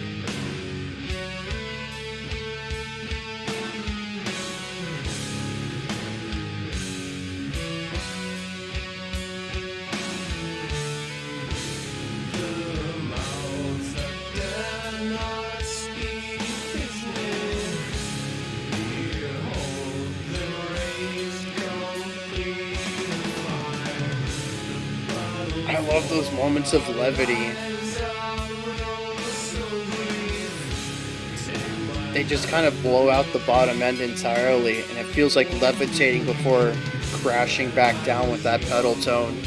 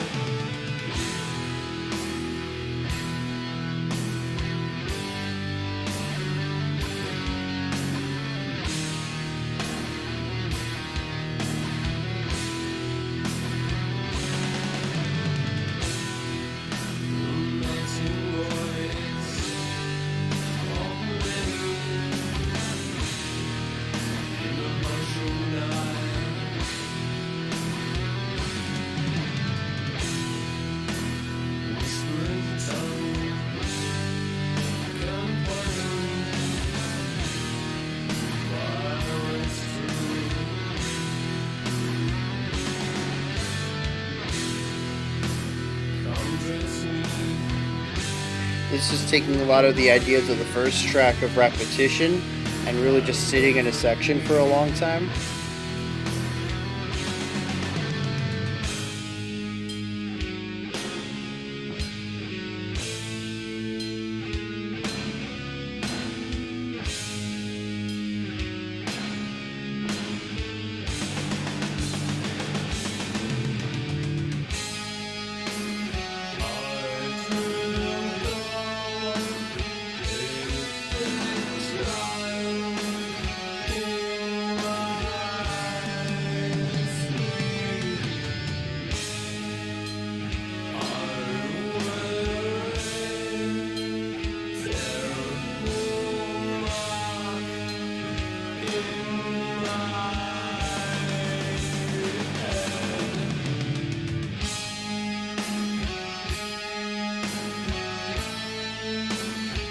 Not the vocals this time, but we do have two lead instruments, both on the same melody, same pitch. There's no harmony.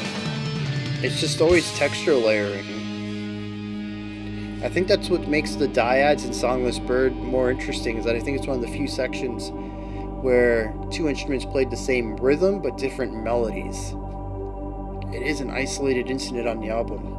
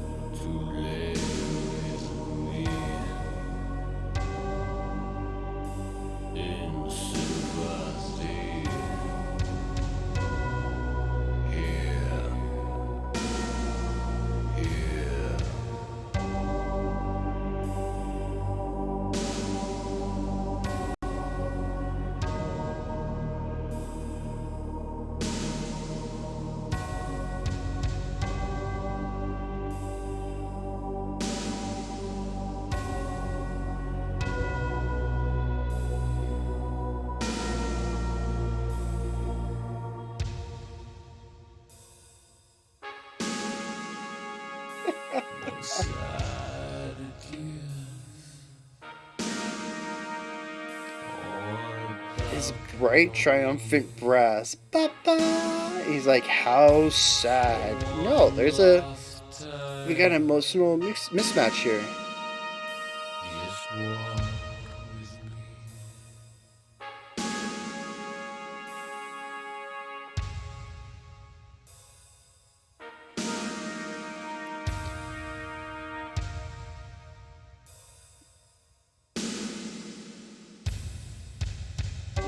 with me. At the beautiful gate of the temple,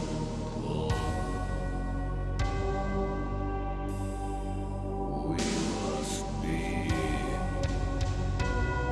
saved,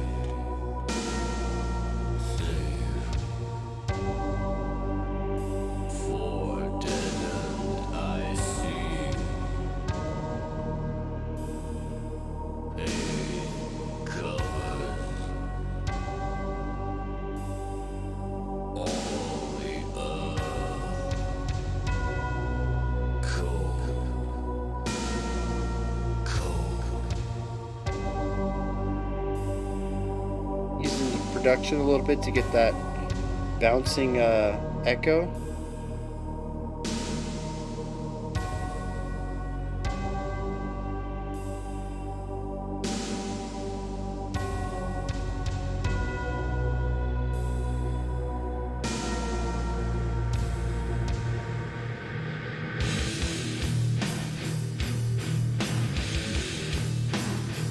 Okay.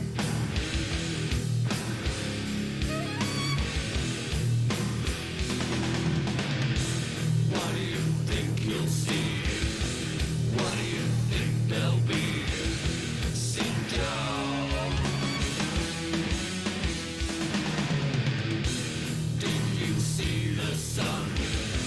What will we become? Great one.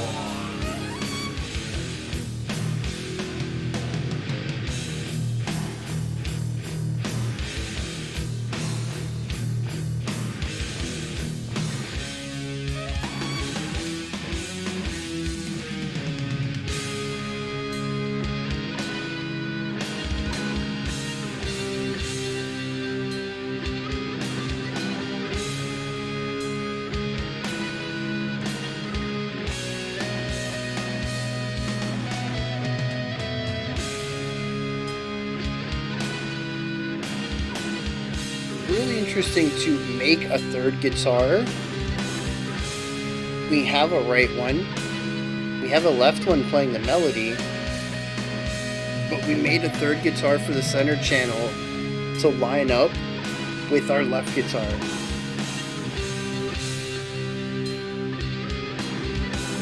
So harmonize with it, which is just such a...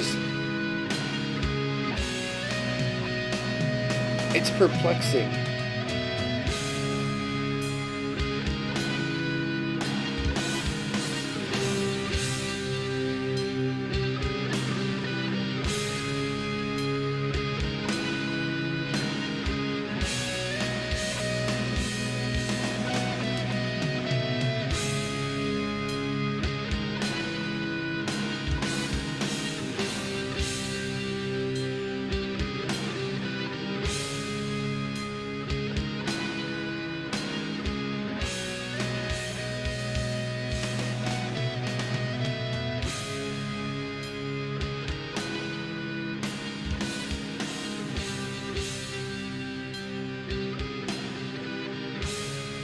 Yeah, so it's still 4/4. Even though there's that weird switch up there with...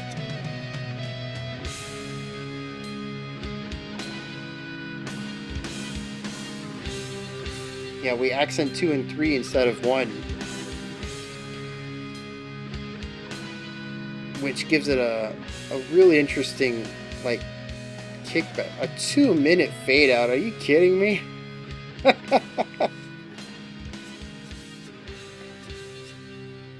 Yeah, it gives it that really interesting moment where it feels like they've actually added a beat. but instead they're just accenting 2, and then they also accent 3 to put it back on with the odd number accents, so we can continue to accent 1 and 3. So we get the delayed attack and then the reset.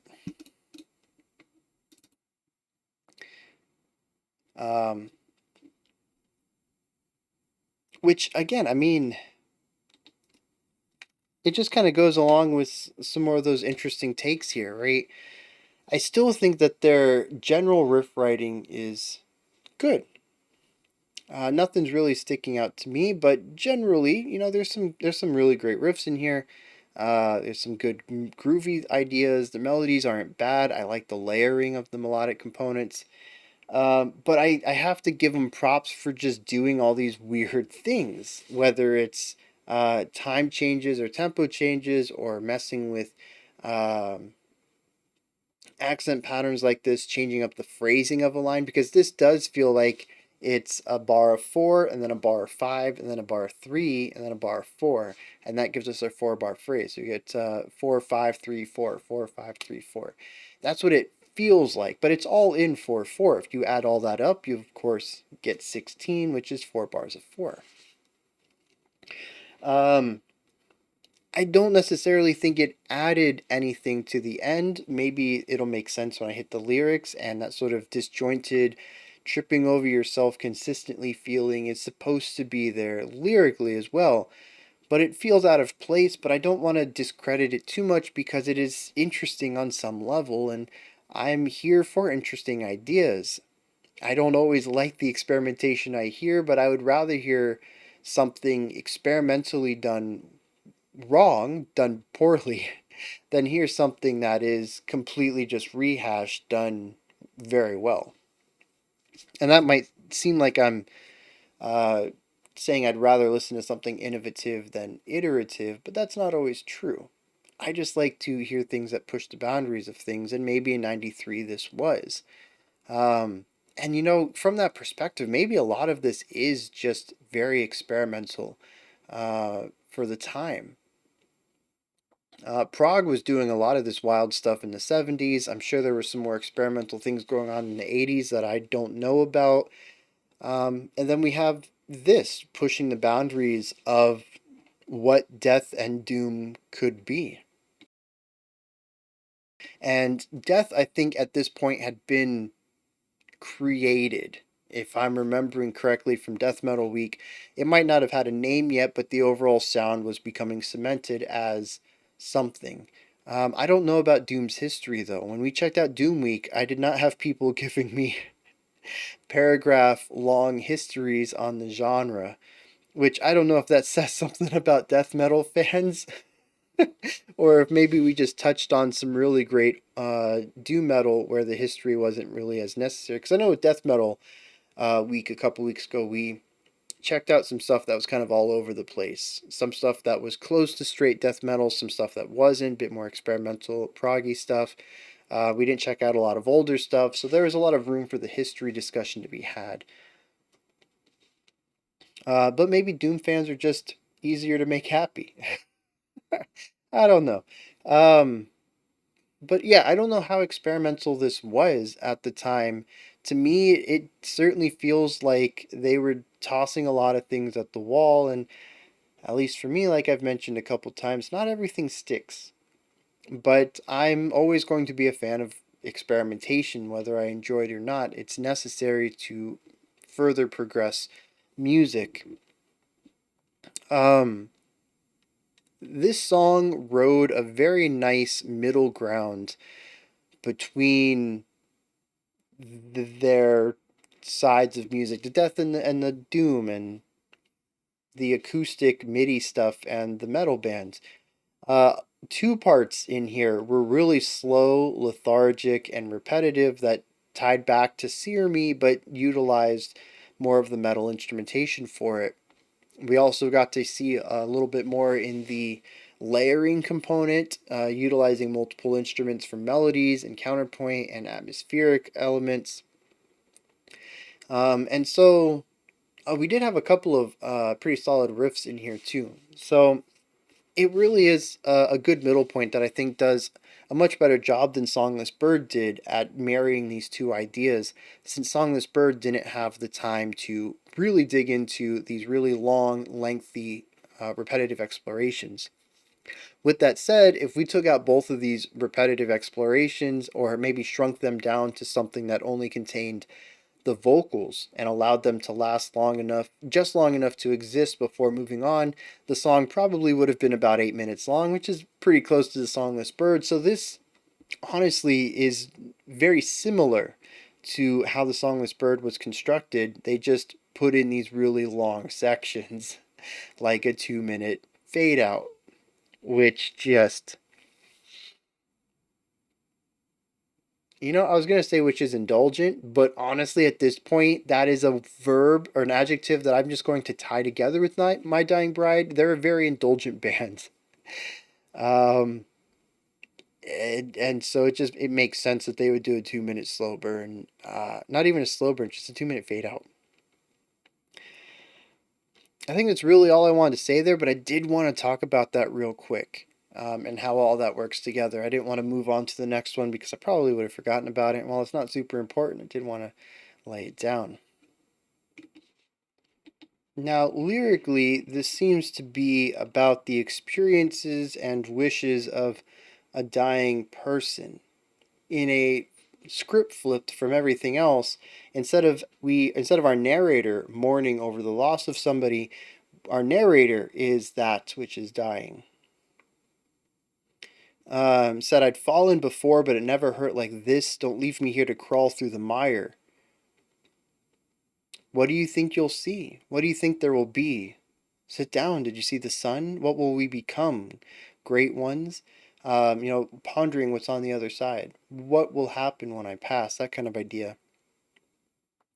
And that's the whole vibe here. There's a little bit of remembering when they were young and wanting to be caressed, be held by this other person. It says, dress me with your body and comfort me. It speaks of a dream they had. It says, there will be no sad goodbyes on this balcony, though. For one last time, just walk with me. At the beautiful gate of the temple, we must be saved, for deadened, icy pain covers all the earth. Kind of extrapolating it out to a larger picture there. But yeah, it's the final experiences, the final hours of a man on his deathbed.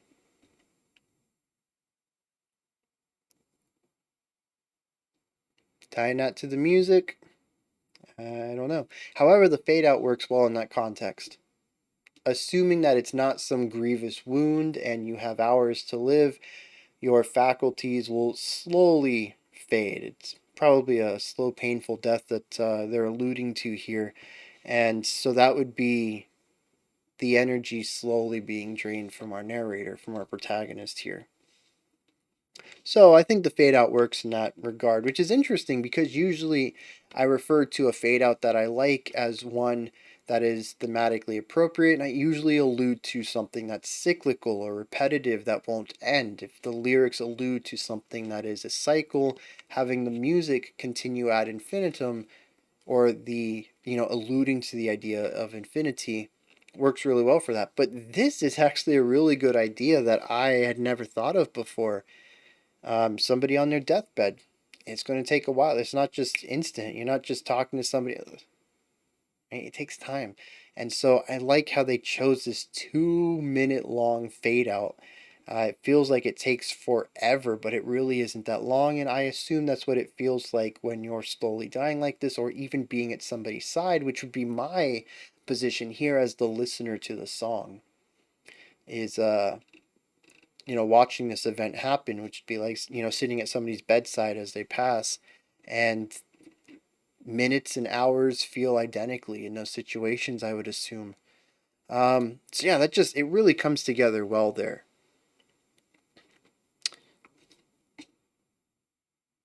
Let's dive into our last song, give or take. After this, we have a little 5 minute thing, and my guess is that it's going to be the outro, which means it's going to parallel our intro, and it's going to be a single idea that runs us out to the end of the track.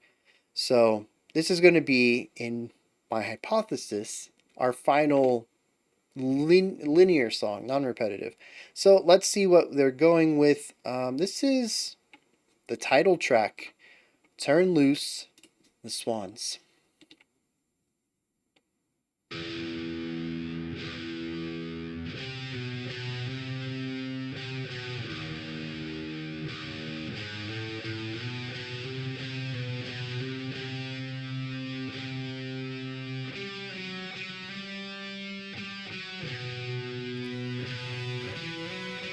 There's so few landmarks. I don't know where one is.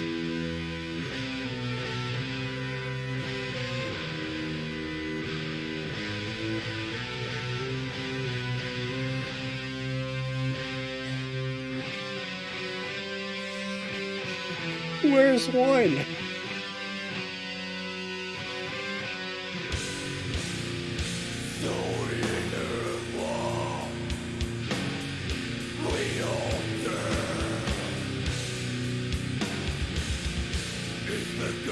This accent pattern is so weird. It's still hard to find one.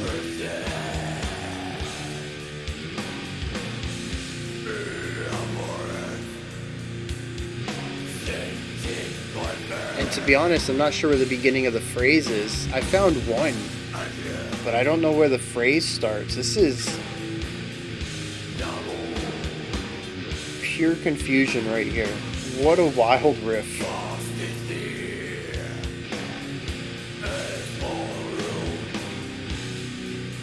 7 accents in a row. What am I supposed to make of that?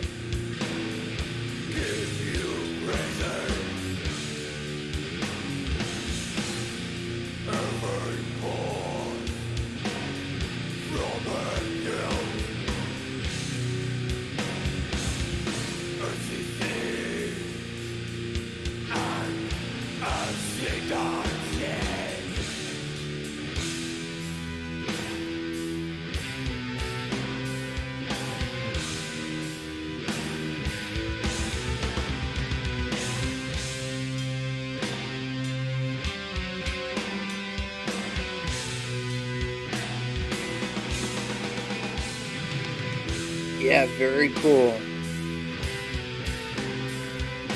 Allowing our right guitar to just kind of hold that note out, and our left guitar continues the idea by itself, kind of anemic.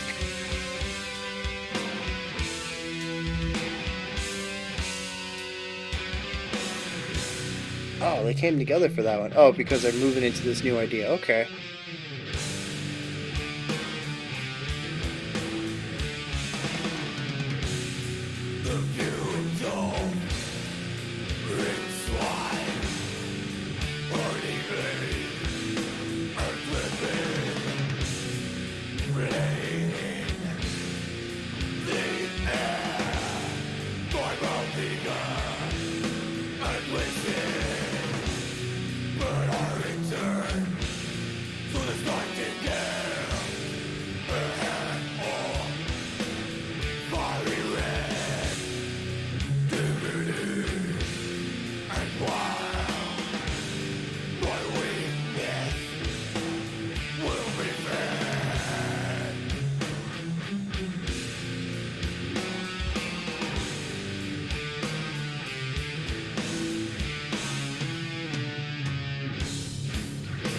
Yeah, using a retardando to enter a slower rhythm, or a slower tempo. It tricked me.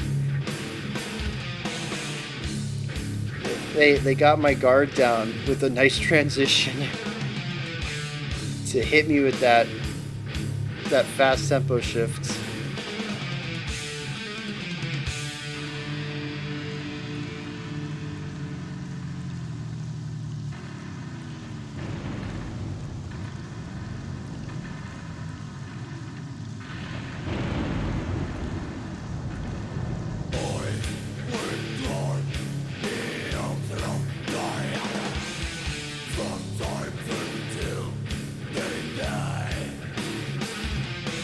Money.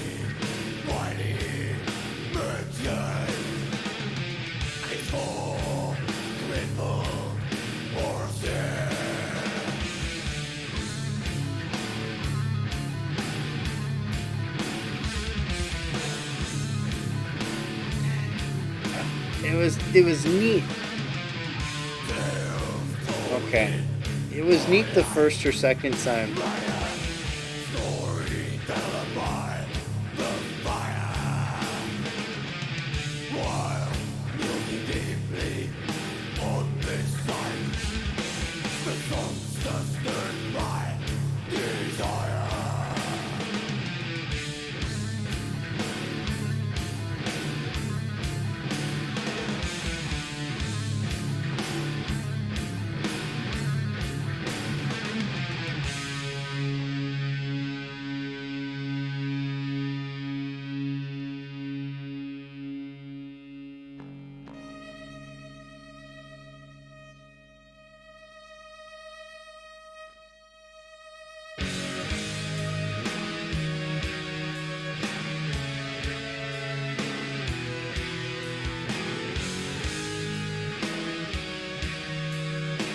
Interesting production on this one, primarily because the foundation is so much louder than our lead.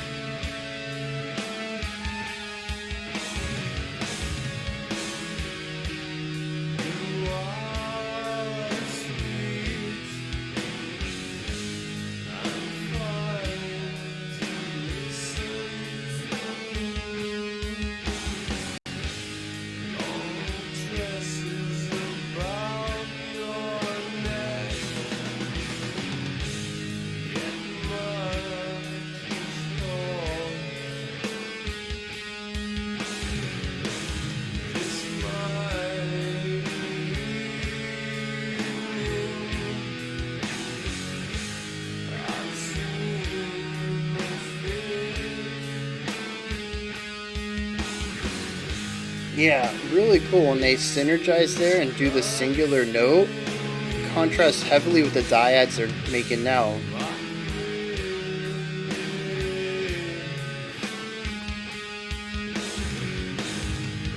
Yeah. That's a really great way to use that singular tone that they've been doing this whole time as an accent or a contrast to harmonization.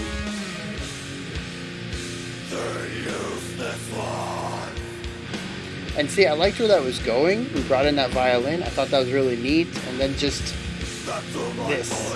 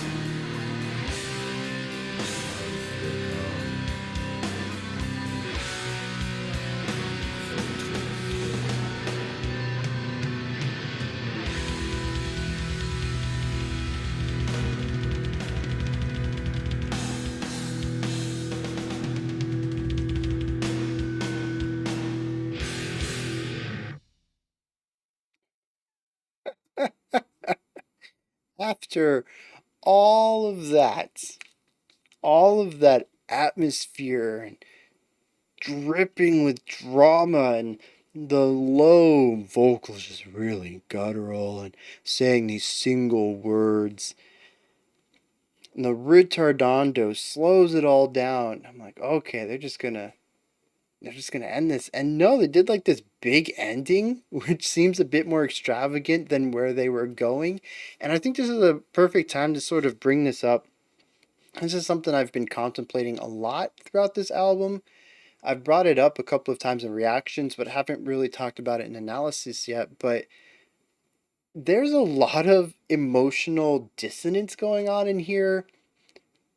The track starts off really strongly, I think, with Sear Me and Your River. I have touched on this, haven't I? Where I felt that the lyrical themes and the emotional themes of the music all tied together really well. They were somber, they were melancholic. Your River was about a war, so there was chaotic moments. Everything sort of worked together. And after that, things just don't seem to click as well for me. Was it The Snow in My Hand or was it Crown of Sympathy where we had these big triumphant brass trumpets maybe just like ba ba ba and he's like so sad ba ba ba and no, you've got a disconnect right there. It's not you're not you're not making music that works well with what you're trying to do, and I think that this moment right here undercut it as well, where they were going for this big this very quiet solemn um personal vulnerable moment where our vocalist was just so defeated they couldn't sing anymore. They were talking in probably the lowest pitch that they could hit, that just to showcase how little energy they have. The music was slowing down with this massive retardando, and the drums were playing this big ending. It kind of removed that personal small element and turned it into something a little larger, undercutting its effect. And this is something that I feel consistently shows up anytime a section is beginning to really dig into an atmosphere. They feel like, oh snap, we need to get some cool riffs in here. Let's throw some death stuff, and they just kind of do. And so any emotional work that they had put into a section is just tossed out the window because we need something a bit cooler. We've been gloomy for too long. And if there was a nice transition into it, or maybe if I, had the lyrics in front of me while it was going, maybe there is a shift in the lyrical themes as well. But for the most part, all these tracks have the same melancholic theme in the lyrics. And I think the death sections as a whole are wildly out of place for the lyrics. And feel free to tell me that that's not your read on it. um, I tend to look for unity in themes, and that's not something that's always necessary for music. um, and it's just not a point that I'm really good at picking up on. Maybe there is a good reason for the disjointed, not the disjointedness, the schism between the lyrical themes and the musical ones, and I'm not picking up on it. But every time something deathy comes in, I'm like, wow, this is that just ruined a good moment. And usually the riffs get good and I enjoy them, and then we slow it down into something doom, and I'm like, wow, you just ruined a good moment. And that's the thing here, is that it never seems to know what it wants to be. And then I check out the lyrics and they're uniform in theme, and the death rarely fits what's going on there. I think Your River still stands as a rare exception to that, but nothing else on here I think do the death sections really work well with what the lyrics are doing. And so it leaves me oftentimes fumbling in the dark, wondering why they made decisions that don't make sense to me. And I think my takeaway on that is that this is just an experimental album for the band.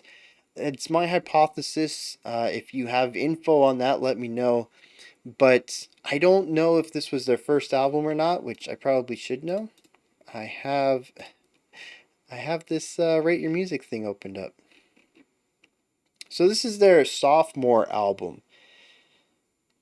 So this could be a lot of things. Some bands will try to be more experimental now that they have a debut album under their belt and possibly some funding. Maybe they have their record label now and they're going to try to push what they're doing to the extremes.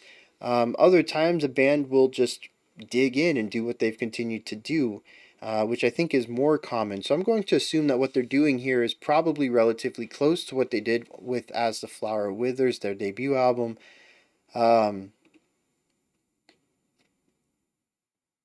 Wow, this is almost their highest rated album on Rate Your Music. What's I saying? Oh, yeah. But it might be a little bit more experimental. They might be pushing the bounds just a little bit further than they would have. But I'm going to assume that this is just them, but it's also their second album. So, I think I'm going to read this as an experiment. Trying to see what they can do with this combination of death and doom that they've landed on.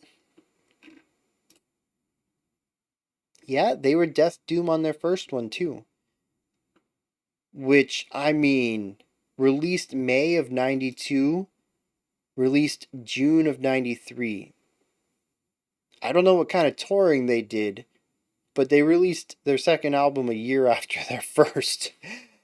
That turnaround time. Golly. But yeah, so I'm going to read this as a bit more. I'm going to finish this thought. I'm going to read it as more experimental and trying some things out. And obviously they worked. Judging by Rate Your Music, it's got 3,400 ratings, and it's, like I said, it's one of the higher ones of theirs. This seems to have struck a note with people. I'm judging it way past its time, and I feel that it doesn't do things as well as maybe then, but this could have been groundbreaking at the time, and that's where the whole idea of anachronism comes in, where not anachronism, what is it? I'm listening to it displaced from its release. And it completely changes my approach to it. I've heard a lot of stuff that this influenced, I would assume, that has been refined down through iterative works, and this might have been the innovative route that a lot of the iteration came from. And so I've heard what they are doing here better. So it's hard to judge this being the origin zone of this. That's going to be, by definition, a bit looser. It's going to be a bit rougher around the edges. And I'm trying to keep that in mind. There was something that came up in that track, and I wrote it down. It said, "Get used to changes." And I do think the more you listen to this, the less disjointed it's going to feel. Maybe not specifically in the drastic changes from section to section, but we do have these changes within a section that's like even right there where we had 3 bars of the slow one and then a bar of the really fast moving idea. The tempo doesn't change, they just put more notes in that space, and it feels very off the first time, but around the 20th time it happens, I'm kind of used to it, and I wonder if that effect is going to happen on the whole album. The more you listen to it, the whoops, stop playing music. The more you listen to it, the easier it gets to digest.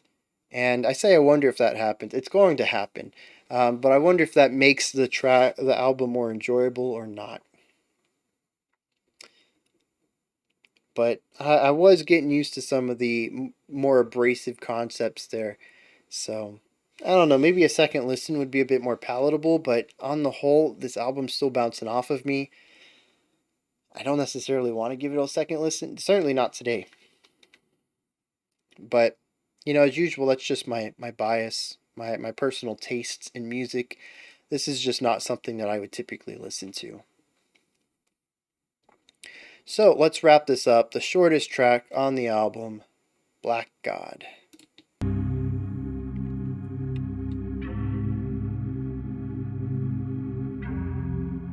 Oh, I forgot to do lyrics for Turn Loose The Swans. We'll do both lyrics together, I suppose, at the end of the video.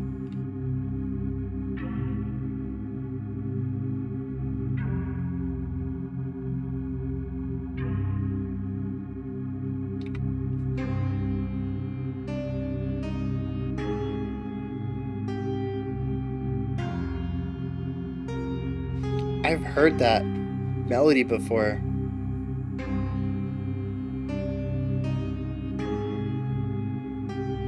But where? Why is that familiar?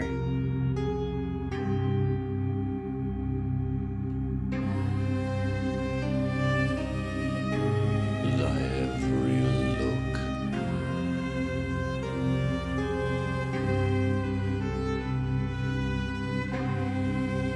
and every grace.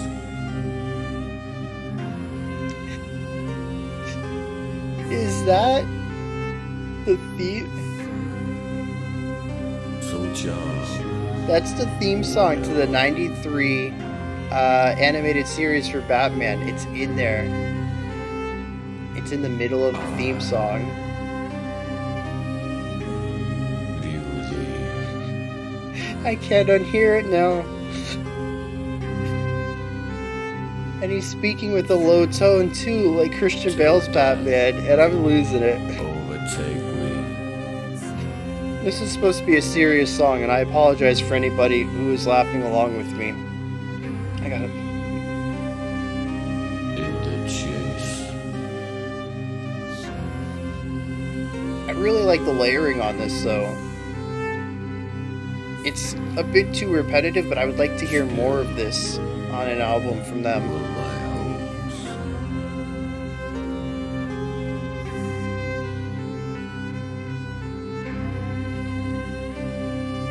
pursue thee.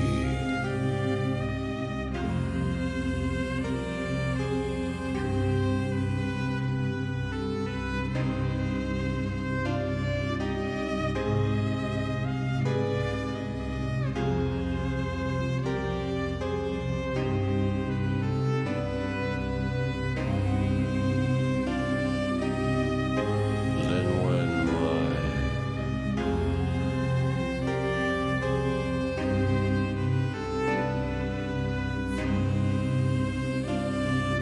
tedious hours are past,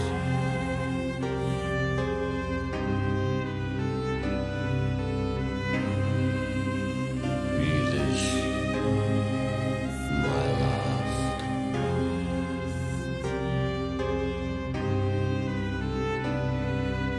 Blessing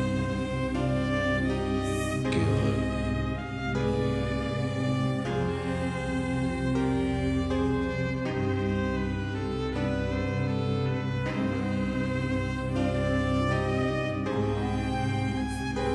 Low at thy feet,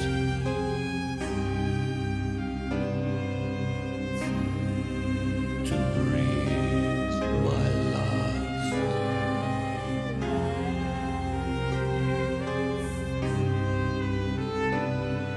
And die in sight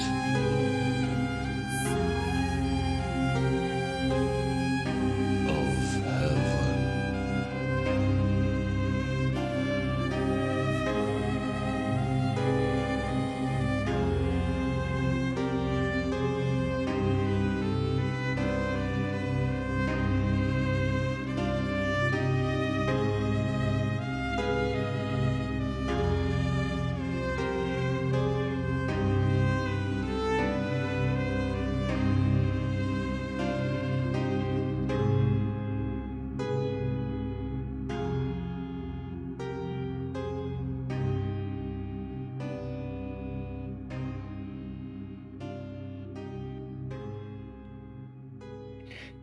You know, it's funny. I criticized the first four tracks for ending super abruptly.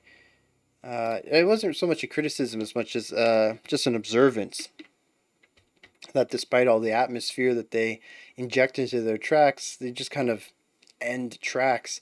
And then track 5 had a fade out, track 7 had a fade out, and track 6 had the big rock ending. That did stop abruptly, but had a build up into it. We sort of had an ending riff or an ending drum pattern into that.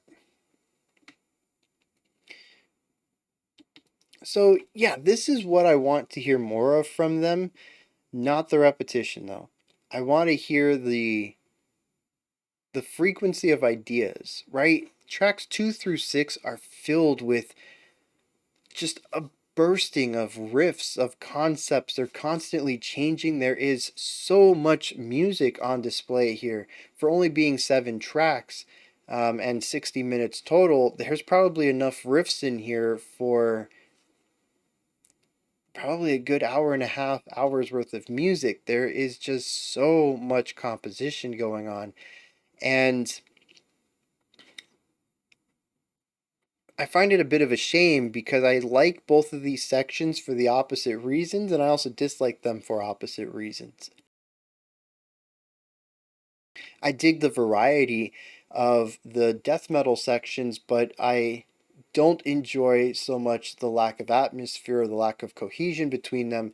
And when it comes to our gloomier sections or doomier sections, I enjoy the atmosphere and layering and counterpoint and all the beautiful elements to it, but I don't dig the repetition. I really want them to just marry the two and write some beautiful melodies with counterpoint and layers and embellishing ideas and atmospheres, but don't stick with it for 10 minutes. There's no reason to do one idea for 10 minutes. And, I say that tongue in cheek, right? There's always an artistic reason to do something. I'm not going to shoot something down wholesale, shoot a composition technique down wholesale. But you've really got to sell it to me because that's one of the things I need a little bit more variety in it. So I like both ends of their styles for different reasons, and I'd like a middle ground that explored the strengths of both while minimizing the weaknesses of both, and I don't necessarily think that they did that. We did hear a combination of both sounds throughout this album, but none that really found that perfect balance, I think, that I would want out of their style, out of their music writing. Now, I'm a huge fan of the new timbre we got. We got a new instrument here. We got a female vocalist. Really should have had more of that throughout here. I think that her timbre works very well with the piano and violin there. It's just a really great match. I don't know if they found a vocalist to pair well with the MIDI voices they had or how that happened. Could just be complete luck. But I guess you can produce it so that you kind of shave off the sections that don't work so well. Anyways, it all comes together very well. And I love the way that it contrasts with his clean vocals as well. And you guys know I love vocal harmony. Dual vocals are my jam. So it's a bit of a shame that what we got at the end was interesting on its own, grew repetitive over time, though I still enjoyed it. And that was the extent of it. Um, I don't know how you can collaborate with somebody, make something beautiful and say, "Yeah, that's our one-off." I would be like, "Hey, would you like to join the band?" That would be my first instinct. I'd like to write more music with you in it. We can do more vocal harmonies. We can do more dual vocal ideas. We can lay down multiple lines of, you know, vocal lyrics, right? There's so many cool things to do with dual vocalists. And just it feels underutilized here. It really does, at least to me. It's so gorgeous, but it's also in one of the most repetitive sections. It's one simple idea, much like Sear Me was. And it leaves me a bit underwhelmed. I enjoyed it, but there could have been so much. Feature that vocalist on a different track. I don't, I don't know. I suppose lyrically it's difficult to include that as well, but I don't think any of these songs are specifically focused on a specific person, and the duality of vocals could just be a duality of narrators, like a choir from Greek plays. They have choirs, right? Choirs as narrators. I mean, if nothing else, Sweeney Todd does. The choir is the narrator, and multiple vocalists as a unified voice is pretty typical, or not typical, but pretty widely used in musical theater. So the theatricality of this really leans into that. Someone's got to tell me that My Dying Bride introduced a second vocalist somewhere in their history, and I can't believe they won it. I don't. Such a missed opportunity to do the dual vocals only on this track. Um, and that kind of wraps it up. And my hypothesis was correct here. Black God is analogous to Sear Me in that it's a single idea that's takes up a lengthy part of time, and bookends both tracks, or bookends the tracks in the middle, which are all doom and death metal with these MIDI instrument exclusive one idea lengthy slow burns. Um, which, I mean, it works, I suppose. This album also went over a lot faster than I expected. When I see 60-minute albums, I get kind of exhausted just thinking about it, because 60-minute albums tend to push closer to like the 3.5, 4 hour range, and then we start looking at 4.5 hours when we're looking at like hour plus albums. I'm a huge fan of, like, give me like a 35-minute album. I dig that. But here we are under 3 minutes. I mean, under 3 hours having finished the album. And I think part of that's just due to the low track count. But it kind of blew by despite being doomy and repetitive in a lot of places. So that's always good. All right. If an album feels like it's taking forever, that's usually a bad sign, even if I'm enjoying myself. But yeah, a lot of this bounced off of me, but it felt like the album was over in an instant. Um, I don't think I have anything to add on to the musical stuff on any of this. I mean, I've said my piece on all this. I don't think I need to wrap it up because a lot of it I just picked up on repeatedly after many of the songs.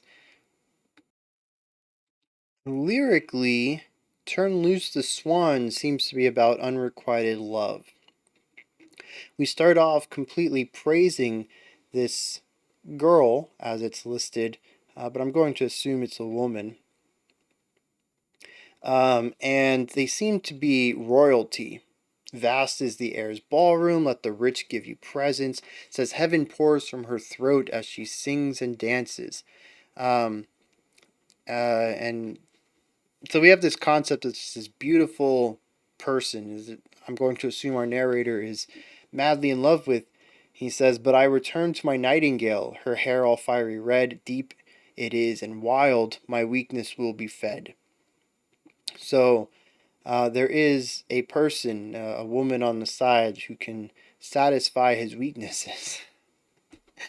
um, because this person that he pines for doesn't seem to want him or notice him, or maybe there's a class divide here. Um, and then he kind of walks around and sees boys being whipped on an altar, sees a merchant, listens to tales being told by a storyteller, and then comes back to the woman. Says, I've seen, it says, this is crushing me. My quill, it aches. Turn loose the swans that drew my poet's craft. I'll dwell in desolate cities. You burned my wings. I leave this ode, splendid, victorious through the carnage. I'm not really sure where all this is going, but it almost seems as if to say that, I write these poems and, you've turned me aside. You've burned my wings. I am but a poet, and all I can do to deal with the unrequited love is to write about it. And that's what it feels like here, which, going back to the themes of the music, I don't really think fits with what's going on musically, but that's the album, right? Our final track only has 2 stanzas, and I'm just going to read them out loud because I love the vocabulary here. Thy every look and every grace so charm whenever I view thee, till death overtake me in the chase, still will my hopes pursue thee. Then when my tedious hours have passed, be this my last lesson given, low at thine feet to breathe my last and die in sight of heaven. Which, as far as my translation states, you don't want to go out with me, but I have a lot of love for you, and I will continue to chase you so that on my dying, on my deathbed, I'll look up, and having chased you, you're always near me. I'll look up and I'll see you, the sight of heaven. And it's just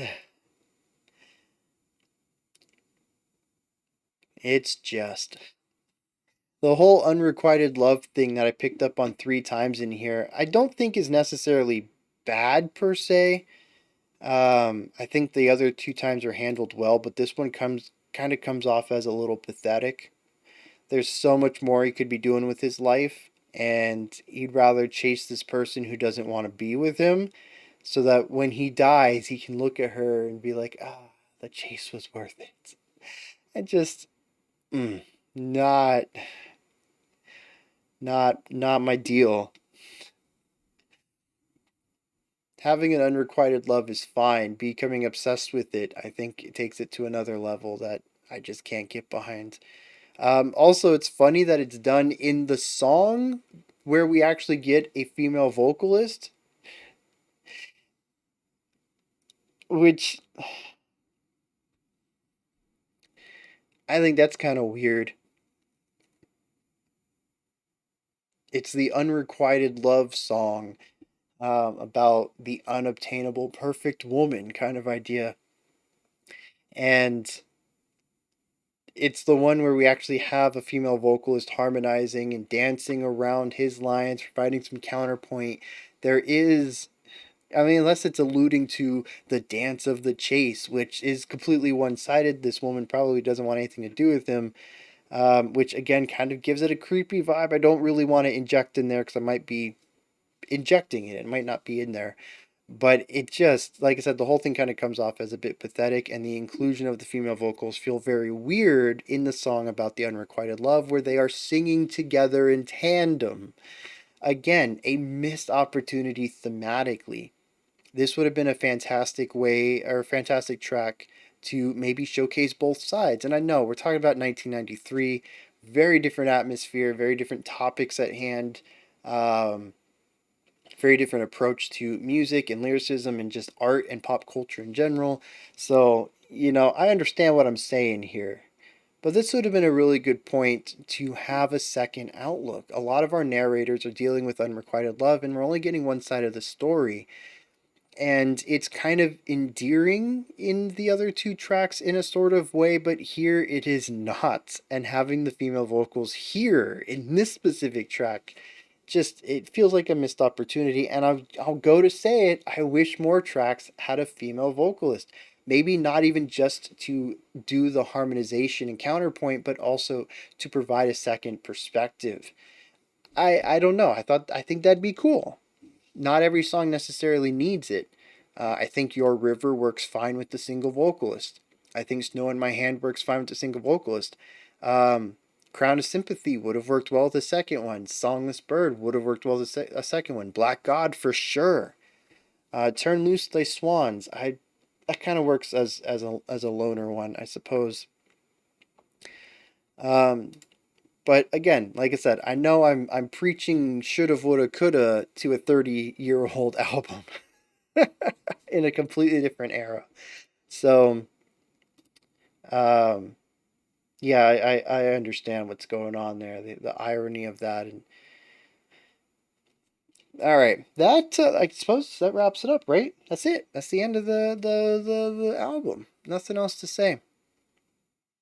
Those are my thoughts on My Dying Bride's, not Black God. What is this called? Turn Loose the Swans. Oh, it's even named after one of the unrequited love tracks, which makes sense because it takes up the majority of the songs here. Um, you've heard my thoughts throughout. What are your thoughts? Did you enjoy it? Did anything stand out to you that you feel I didn't touch on, or maybe I was too harsh on, or maybe you have your own perspective on? Let me know all your thoughts down in the comment section. Above that is a description box. In there, you'll find a link to Linktree. Takes you here. You can find ways to support the channel, a link to the Discord server. Oh,